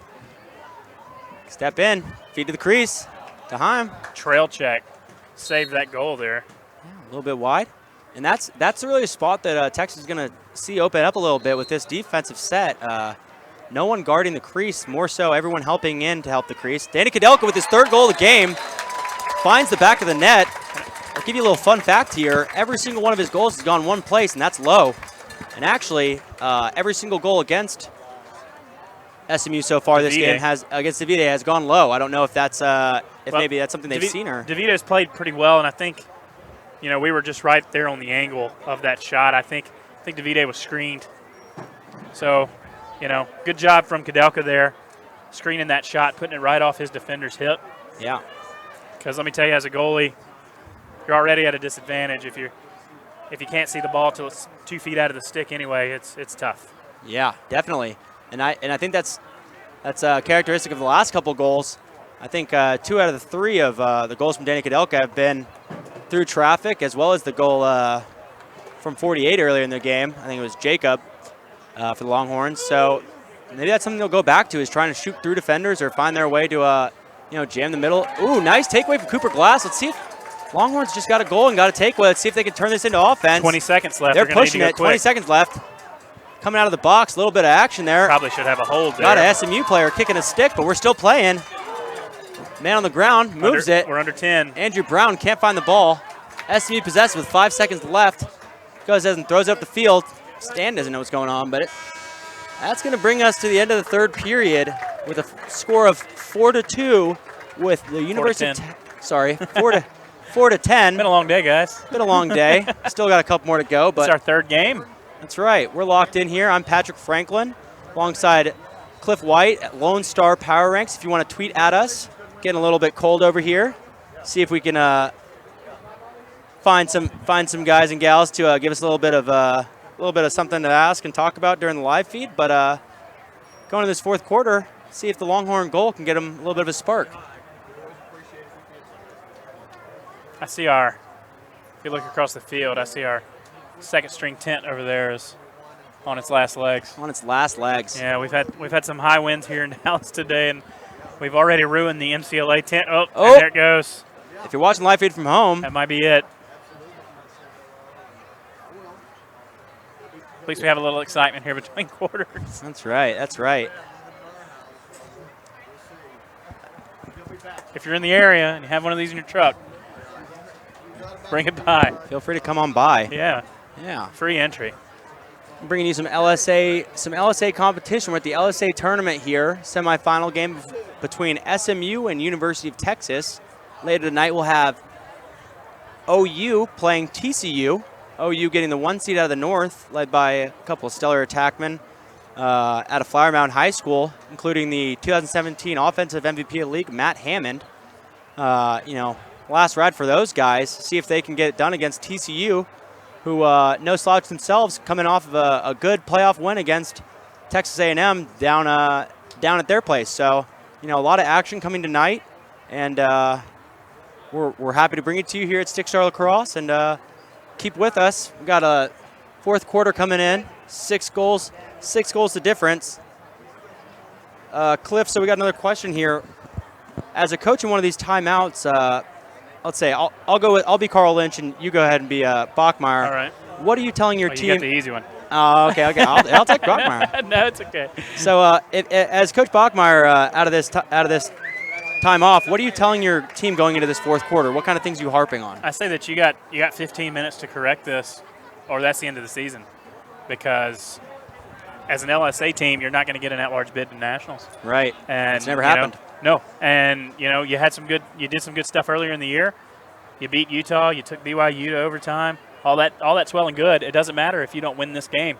So you got 15 minutes to correct all these mistakes, and they really have to hold on to the ball. They're just having humongous issues with ball control. Yeah, now, definitely. for Carl Lynch over at SMU, what do you got? I'm going with what I had out of the half. I'm telling my guys, let's keep the throttle down.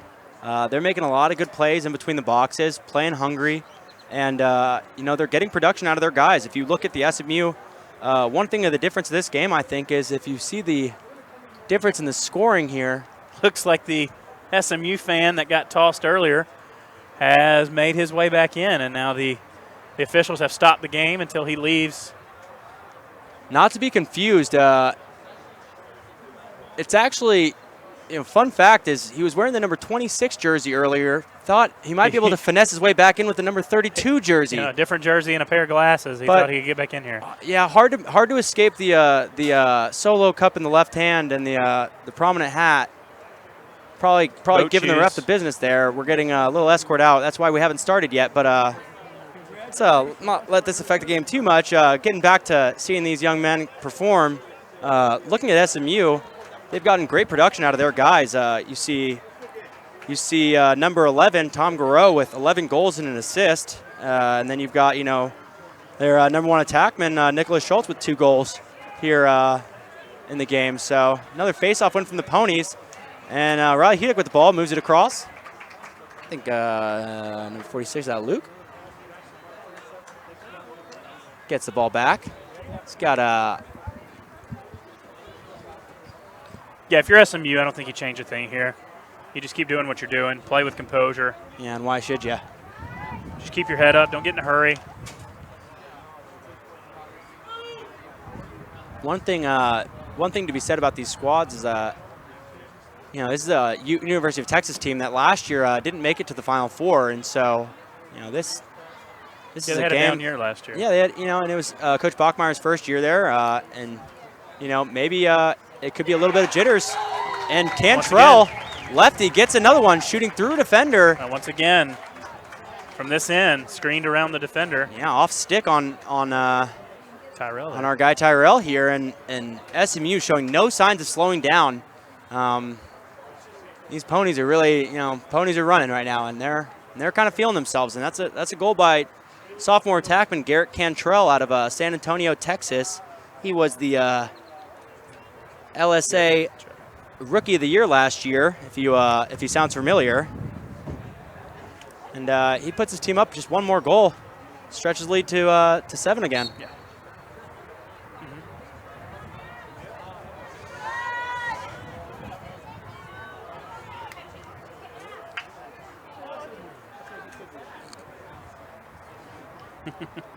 Yeah.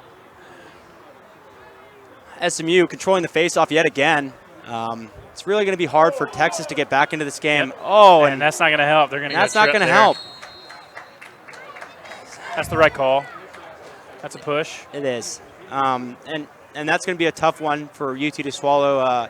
Not doing as well in the faceoff X here in the fourth quarter, starting out with 2 losses. We haven't said Loudermilk's name that often. He had it going a little bit in the first, but it's become and again, no slouch. Richard Butler over out of Belmont, Massachusetts. He's no slouch. He's a guy that's really done well. I got the chance to watch him play against TCU in their final game of the regular season in order to decide who was going to be the 2 and the 3 in the LSA North, and he did his due diligence against TCU's faceoff guy, and he's really imposing his will here in the fourth quarter. SMU man up, second time we've seen them today. They run a 3-3. What they're going to want to do is they're going to try to get the ball up top, force the UT defense to rotate before either splitting it to the backside attackman or feeding to the crease. Now, in most 3-3s, you'll see teams have their attackman as a low attackman stay a little bit lower and not hug the crease so much. SMU likes to hug the crease so they can jam into those guys and try to get a backside cut. Nice save by Tyrell to ice the man up here, and they're looking to push it in transition. One of the disadvantages there is if you do happen to make a off shot, you don't automatically have a guy back there to back that shot up. You got to outrun the goalie. Right, especially with a goalie with as much energy as Ryan Tyrell. It's going to be interesting to see if they go man up again, how that plays out. Noah Starr with the ball. Everything's a risk versus reward in lacrosse. That's right. That is absolutely right. So you feel if SMU holds up here, is that maybe not going to leave enough time for the Horns there? Time is definitely running out, and Danny Kadelka certainly can't do him by himself. It's tough. He's got 3 of their 4 right now, and he's really doing all he can to help his team out. But again, we really need to see production out of UT's top guys. A very talented offensive team that prides himself on drawing slides and causing defenses to rotate. But SMU doing a really good job of forcing them, to settle for bad looks and drawing them into double teams on the field. Credit a good ride by Texas. Get the ball back. Charlie Heim with the ball. Feeds it to, throws a grenade to Danny Kadelka on the crease. Texas just seems a step slow. And they seem a little bit jarred too. It's SMU's just got the juice right now. Making. Yeah. Pick up from Cooper Glass. He wants it. Pull on pole. They're going to be offsides. They actually had enough guys in the field, but it's a miscorrect call. They absolutely did have enough guys. First poor call of the day from the refs. See if going to split this double. Oh, Garrick trying to split that double with a swim. Very reminiscent of. Got a nice pickup off the turf. Andrew Brown out of Plano West handles it. Ooh, and makes a little bit of a pass to Davide. And that one's going to eat him up. Made a great play for 90% of that. And just settled for a bad shot when his team needed possession the most in the game. That's the kind of stuff that'll hurt you. UT going with a 10-man ride. Tom Garreau with the shot. This is interesting because they're going to have to back it up. Quick restart. There's not going to be any hot slide here. I'm thinking Schultz is going to go at this. Gets top side, looks for the roll. Going to roll inside. Got a plethora of UT defensemen around him. And just like that, back to UT. But, give credit to SMU keeping your head up downfield and realizing what the situation is, and the goalie's out of the crease. Yeah, real heads-up play by Garreau. I mean, he's on the field, and he's seen it before I even noticed it. They're in the 10-man. It's not the first time UT's gone to the 10-man today. Probably won't be the last either if they're trying to get the ball back with this short time. Noah Starr to John King. John King to Charlie H. Getting his work, going top side like he loves to do. Soaking up checks. Yep, eating him up. John King looking for a box fake rollback maybe. Roll back. Likes it. Pick. Nice pick by the Kadelka. Gets under on his man. Feeds it through X. Find the next guy. and I think this right here is what's really hurting the UT offense. Where traditionally you'd see that ball move to the next guy, it's stopping, and so the SMU defense isn't having to do a good job of sliding, rotating, and recovering. They are doing a great job of communicating through those picks. No doubt. No doubt. SMU is definitely having the advantage on this so far. But if UT can find a way to get that ball humming again, I think they're going to find SMU is going to get a little bit tired out from it. Heim beats his man top side. Double comes. Got to move it here. Got to move it here. Somebody's open. Beats the double. Gets top side. Gets top side again. Oh, runs through 3 and sticks it. And draws a flag. And draws a flag. Just what we were talking about there, harping about how the ball needs to move quicker, but Iam, as he does so well. He took a check from, I think, every pony on the field. And go ahead and tell me how big is he? 6'4"? Who's this? Hyam. Oh, yeah. Well, this can't be right. Oh, there he is. Yeah, he's 6'4", 195 out of Kent, Denver. Yeah, not a small guy. Definitely not afraid of contact. That's a good high school program out in the suburb of Denver. They're always, those guys in Regis Jesuit are always playing for the state championship out there, so he's got a good pedigree. Yeah, definitely, and a great job of getting top side. Split the double. A lot of teeth in that double. Got above. Got a nice little hitch on a midfielder to get himself to the middle and score one on SMU netminder, who's been very good so far. Brings the lead to 6. We've got 9 minutes and 45 seconds left here at the SMU Crum Sports Complex. So Texas is going to need a goal every minute and a half here. Our resident mathematician here, Cliff White. Engineer. At Lone Star Power Ranks. He's an engineer. Got a little bit of a hold there. Refs got him. And UT, again. Don't put too much stock in it. I did go to Alabama. Well, I think everyone that comes out of Alabama is a winner. Roll Tide. Not wearing my houndstooth today, but I definitely rep. So let's, again, those penalties are really starting to add up against Texas. They get a goal, they get a little bit of mojo going, and then they take a penalty that's going to cause them to go. Looks like they're going to be a 5-on-5 again for the second time this game. Looks like Coach Anea from Oklahoma just showed up, getting his guys suited up and ready to warm up. Coach Anea, if you don't know, very spirited leader. A lot of his guys. Coach of the year. Coach of the year, that's right. LSA Coach of the Year. He's done a great job at Oklahoma, a team that didn't make the Final Four last year, but they're making the Final Four this year after winning first place spot. And Cooper Glass getting a little crafty with that over-the-head little ice pick. Going to cost his team to go 2 men down here if we possess the ball. And right now, Cliff, you kind of sense that the Longhorns are kind of running out of time with all these penalties. Well, I think what you're seeing is they're pushing a little, and they have to.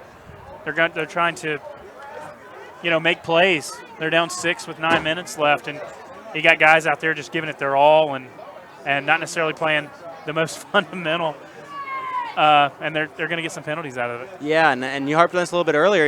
Every play in lacrosse, it's kind of you're weighing that opportunity cost of every situation, right? So, if you're going to be playing physically, you might get those turnovers, but you might also take a penalty. And oh, nice pick from number 7 of UT here. Loses possession though. Ball's in the middle of the field. Ooh, we might have a case of a slick ball here. Had a similar case in the St. Mark's versus Highland Park game last night, triple overtime. The Lions got a little bit of a slick ball, tried to sub that thing out. They were told, no, sir. Got a little possession shot, got a new one, found a way to get that thing in the back of the goal. Congratulations to them. Now, let me ask you a question. Back when I was playing, it was called a shiner. But now, they're called greasers. They call them by all names. Graham Gillespie from the team we were just talking about, St. Mark's Lions, little Dallas product, a nice shot there. But yeah, like you said, call them greasers, shiners, marbles, whatever you want to call them. You're dead left hand if you're a righty, whatever. Always blame it on the ball, right? That's right. It's probably the ball's fault 90% of the time. The other 10% it's your stick. Any missed shot, yeah. UT really applying pressure, not afraid to apply it. Crease feed. Schultz just wide, but backs his own shot up. Credit to SMU keeping their head here. They're absorbing some really, really hard checks. Definitely. And they're not getting upset. They're just moving the ball along. They know all they have to do is hold on for another 8 minutes, and Yeah. If you notice, they're really looking to spread it out on the field, trying to maybe extend these slides for the Longhorns and really, gas them out. Ooh, nice little split there. We haven't seen a stall call all day. I think this would be a good time for it. That's actually your buddy Jason. Once again, what's been the difference maker in the LSA D1 semifinal number 1? Well, if we're talking about an individual player, I would say for the Ponies, it's going to be Tom Garreau, number 11. He's got a hat trick so far today, as well as 1 assist to match. So he's really stepped it up for his team. But if we're talking about overall, I think the team defense of SMU is really the deciding factor. Yeah, we came into this game. Oh my! A and nice just on cue, Tom Garreau with a tasty pickup right in front of the home fans here. We came into the game touting the accolades of the Longhorn defensive line there, the back line, and it's really been the SMU defense that's been impressive today. Yeah, and we should mention that on the SMU defense, they're no slouches themselves. They've got Cole Ogden at Highland Park, number 10, was on the first team all-conference team, as well as Adam Alsadek is on the second, I believe, all-conference team, former first team all-conference. Play here. Got a big ground ball scrum in front of us. Hab picks it up, moves it to Schultz. Schultz still wheeling and dealing, moves it over to Garreau. What else? Shot back up by Cantrell. And we're under 7. Under 7, and the lead is still by 6. It's going to be hard. Going to be hard for the Horns to weather this storm and come on back, especially with SMU still controlling possession here. But, as I say, lacrosse is a game of runs, and I think we're all aware that anything can happen. Glass doing his best. Nice double off the pick. You notice the defenseman waited until the last second to jump off that pick. That's what we call hedging. Did a good job of providing that double and getting the ball on the ground. Let's see if they can turn this into offense from defense. Glass with the defender all over him. Schultz going to draw a flag for a hold, I believe. Yeah, that's what it looked like to me too. Schultz doing a great job. Nice backdoor cut from Hebner. Oh! Hebner. And Glass wanted that one. Oh yeah, he did. And why shouldn't he? I mean, free play there. Hebner doing a great job off ball cut there. Does a lot of that throughout the game. Freshman from New Jersey, to be specific, out of Northern Highlands Regional in New Jersey. He's a pretty good little attackman. Likes to do his work off ball. No slouch. We'll see what they dial up out of the man up here. Remember in the first half they were going out of the 1-3-2, but more recently they've been hitting 3-3. Cliff, if you're UT, who do you think you want to get this shot to? I think Kudelka's got the hot hand. Like you said, you want to see stuff out of Star and those normal guys, but John King, shot just wide. I just think somebody's got to step up right now. You're running out of time, and somebody's got to take it on themselves. Yeah. Make a play. Yeah, there are those defining moments in lacrosse games. Oh, and a nice pick. Oh, nice pick by number 44 for SMU. That's got to be double-digit turnovers, unforced turnovers by the Texas offense. And it's really been the difference in the ball game. And that's something that's going to drive any coach mad, especially for UT. They're a team that prides themselves on playing smart, meticulous lacrosse. And today, the X factor has been their turnovers. So actually, if we go back to uncharacteristic of them, but yeah, definitely. If if I could add that on to Jason DiGiovanni's question, I would say that equally has helped SMU's winning. Is that UT's not valuing the ball enough right now, and it's hurting them. Part of that is the Pony defense. Yeah, definitely can't give all all the credit. Double here. Can't give all the credit to negligence on the offensive side of the ball. SMU defense double. playing well. Looks through, finishes it low to low. Gillespie with his second of the day. That's number 26 to number 8. Yeah, Luke Anasario and a Charico. California native, is that correct? Yeah. Pacific Ridge, Encinitas, California. Mentioned him earlier. He's coming in the clutch there. Split the double team. Drew the slide. 3 men were to him. He found the open guy. Yeah, now. And they're up 7 with 5 left. Up 7 with 5 minutes left. You got to feel pretty good about that. If you're starting to feel pretty good about it with your face-off guy feeling hot. Ooh, but here we go. Now to be outdone, a face-off change. Gets dumped. penalty on SMU, and this is the kind of stuff that UT's going to need in order to get themselves back in this ball game late. That was a really good flag toss, too. You know, really good velocity and height on that thing. Yeah. Here we go, 2-on-1 on the side. I was impressed with the distance. That's a good 30 yards. It's impressive. We should have seen him at the Combine maybe earlier this week. Might have been able to make the draft. Something tells me his shelf life's a little bit low, a little bit past expired on that playing career in the NFL, but might be able to play for the Browns. Ouch. They're letting everybody else get a shot. I'm sorry if you're a Cleveland fan out there. It's tough out here. You know, it's tough. We hold people accountable at all times, so, you know, just trying to do that here. Just trying to hold people accountable. You know, we're going to hold accountable is the refs. They're doing a great job all day. They've done great, especially in our D2 games earlier this morning, in which we saw UTSA fall to UTD. Very consistent, yeah. Yeah, very consistent. We saw UTD take the win over UTSA early in the first game, and in the second game, we saw the Cajuns out of UL winning in overtime in glorious fashion, going to their second D2 LSA championship finals appearance. So we'll see a rematch of the D2 championship from last year. Those two teams, you know, no strangers to each other on the field. Yeah, and that's going to be an interesting game tomorrow, as those teams generally do not like each other. That's what I was going to say. They tend to get after each other on the field and on the Twitter. And there's some rivalries around the LSA. You know, UL and UTD, and maybe in the Division I. I don't know if there's a bigger one between LSU and Texas State, even though Texas State hadn't been too kind. LSU's never defeated them. Yeah, and I think that just shows the gamemanship of all four of those teams. You know I could speak for the D1 counterparts. LSU and Texas State both play a very gritty style of play. Both teams that pride themselves on working hard, you know, doing stuff between the boxes. And, you know, shout out to LSU. Like you said, they haven't, you know, cracked the rim yet, but they're getting close. And they had a really good playoff run this year. You know, would like to see them in the Final Four. They've got a really young, talented team. And, you know, they got some guys. They got some young guys. Yeah. Asher Warbrick, number 42, tied for league points. Got some say he got snubbed for the first team all-conference, but we'll see.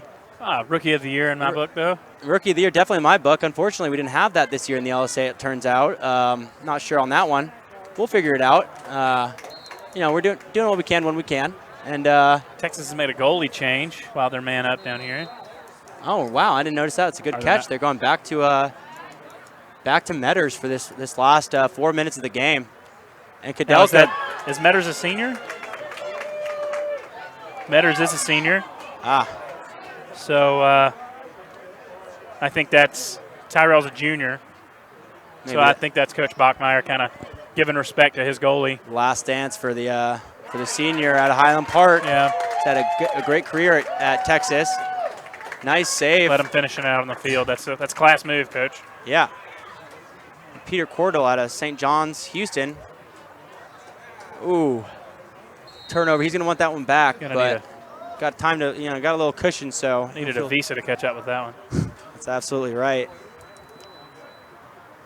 So after this game, we'll see LSA North, number 1 seed OU, taking on the number 3 seed from the North, TCU, in a North versus North rivalry game. I think the North has 3 of the 4 Final Four teams, so they've been very tough this year. Yeah, and it's a credit to the North. You know, I'm trying to remember the last time I've seen 3 North teams in the LSA tournament, but these 3 teams both played really well throughout the season and did their diligence to get to where they are now, and credit to them. Looking forward to that matchup tonight. 2 very well-coached teams. OU, like I said, getting to somewhere they haven't been before necessarily. Yeah, they have been to the LSA semifinal, but in the fashion that they have in the first seed, they have not. So no, they're having the best season in program history. Yeah, that's right. Which we'll speak of on the next game, but they had never been. I don't think they had ever been 4-0, and at some point they were 7 or 8-0 this year. That's right. Their first loss came to Texas State down in San Marcos. It's a big win for the Bobcats. Yeah, you know, up and down year for those guys, but nice 13-10 win for them. And looks like we've got a timeout by Coach Lynch. Lynch is going to take a timeout, save his attackman down there. We've got 2 minutes left. not get those guys lumped up. And I think the story of this game is, Coach Lynch's guys coming out fired up and ready to play, really stunning a team that beat them in the regular season, doubled up on them in points.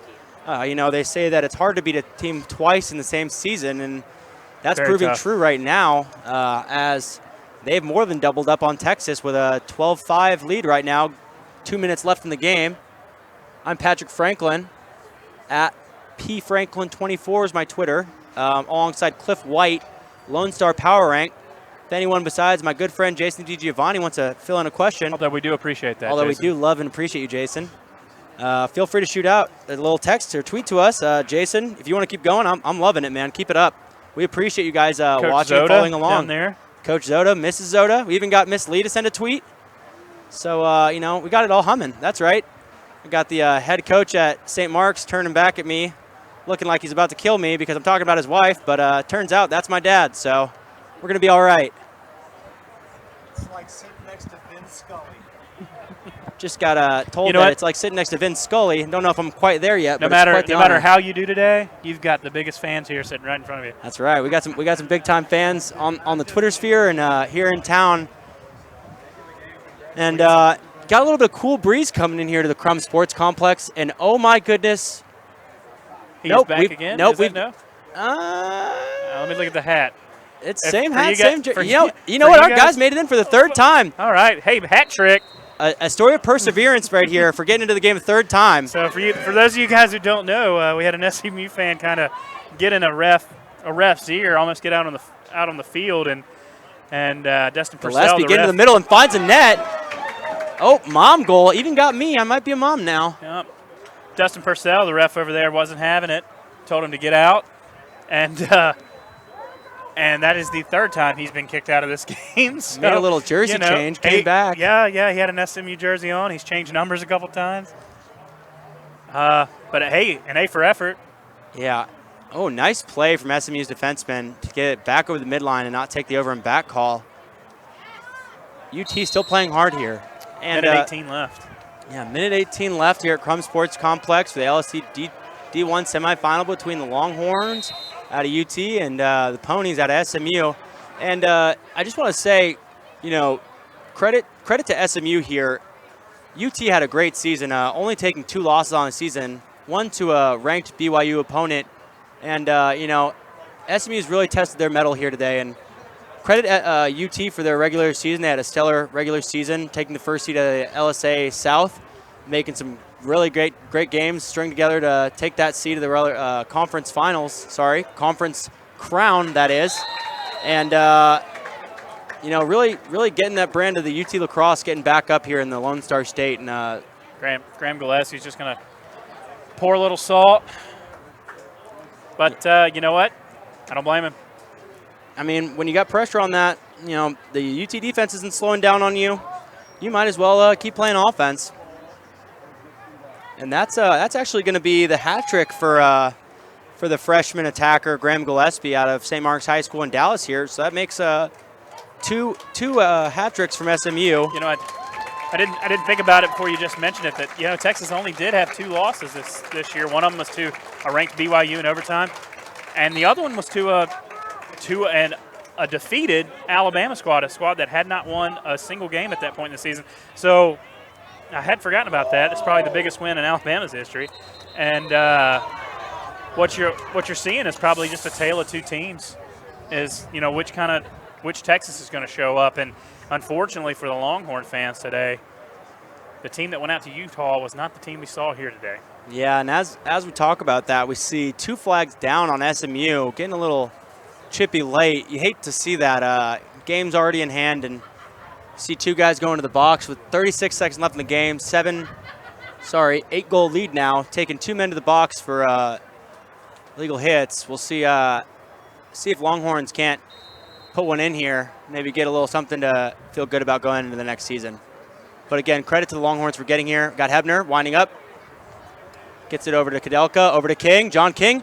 And John King sticks his first goal of the game. Hebner took a poke check. It looks right to the groin, drew a flag, and John King puts that thing top shelf. John King with 25 seconds left in the game checks in for his first goal of the game. And see, that was somebody that needed to show up on the stat sheet for Texas. Yeah, I mean, definitely second team all conference midfielder not out of Austin, Texas, but Longhorns out of Austin, Texas, and he would have liked to see him get it going a little bit earlier, but stuck that thing as far top left as he could, and got his Longhorns on the board for one more.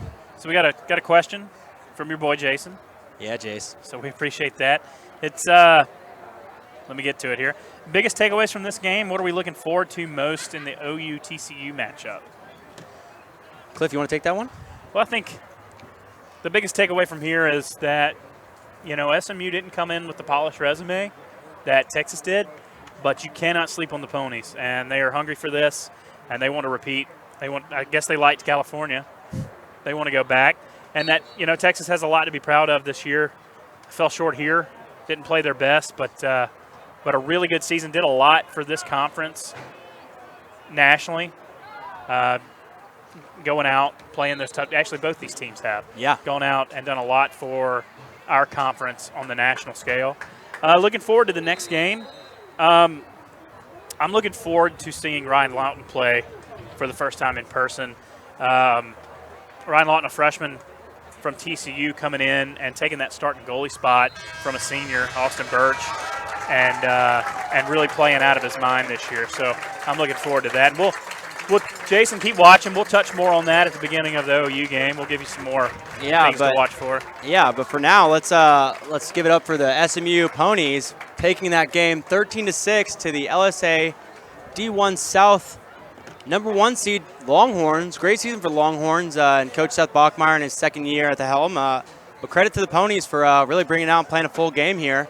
And we'll see what Carl Lynch is going to have going on, see who his next opponent is, and we'll see you here back at 7 o'clock. Yeah, just about an hour, guys. Check back with us. Yeah, thanks for following along, and we appreciate it. It's been a Stick Star Lacrosse production, and feel free to tweet at us, Lone Star Power Ranks, P. Franklin 24, and I think Krim will be back on the mic here in a little bit, so feel free to shoot out a text to Stick Star Lax. Thanks for following along.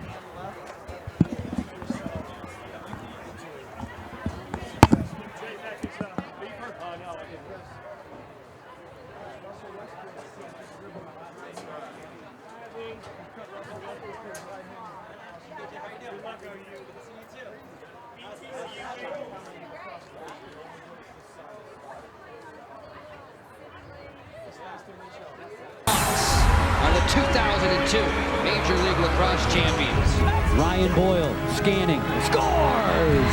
Philadelphia is the champ in 2007. Time has expired off the clock. This one for all the beans finally goes to Boston. Be a witness to lacrosse history. For tickets and information, log on to MajorLeagueLacrosse.com. Looking to be the hero in front there. Whoa! He fires and scores! The Long Island Lizards jumping for joy. Victory in 2003. The Baltimore Bayhawks, champions of Major League Lacrosse. Powerful blast, fires and scores! Casey Powell. First title for the Rattlers from the Flower City. Be a witness to lacrosse history. For tickets and information, log on to MajorLeagueLacrosse.com. Smith beat Blahackett.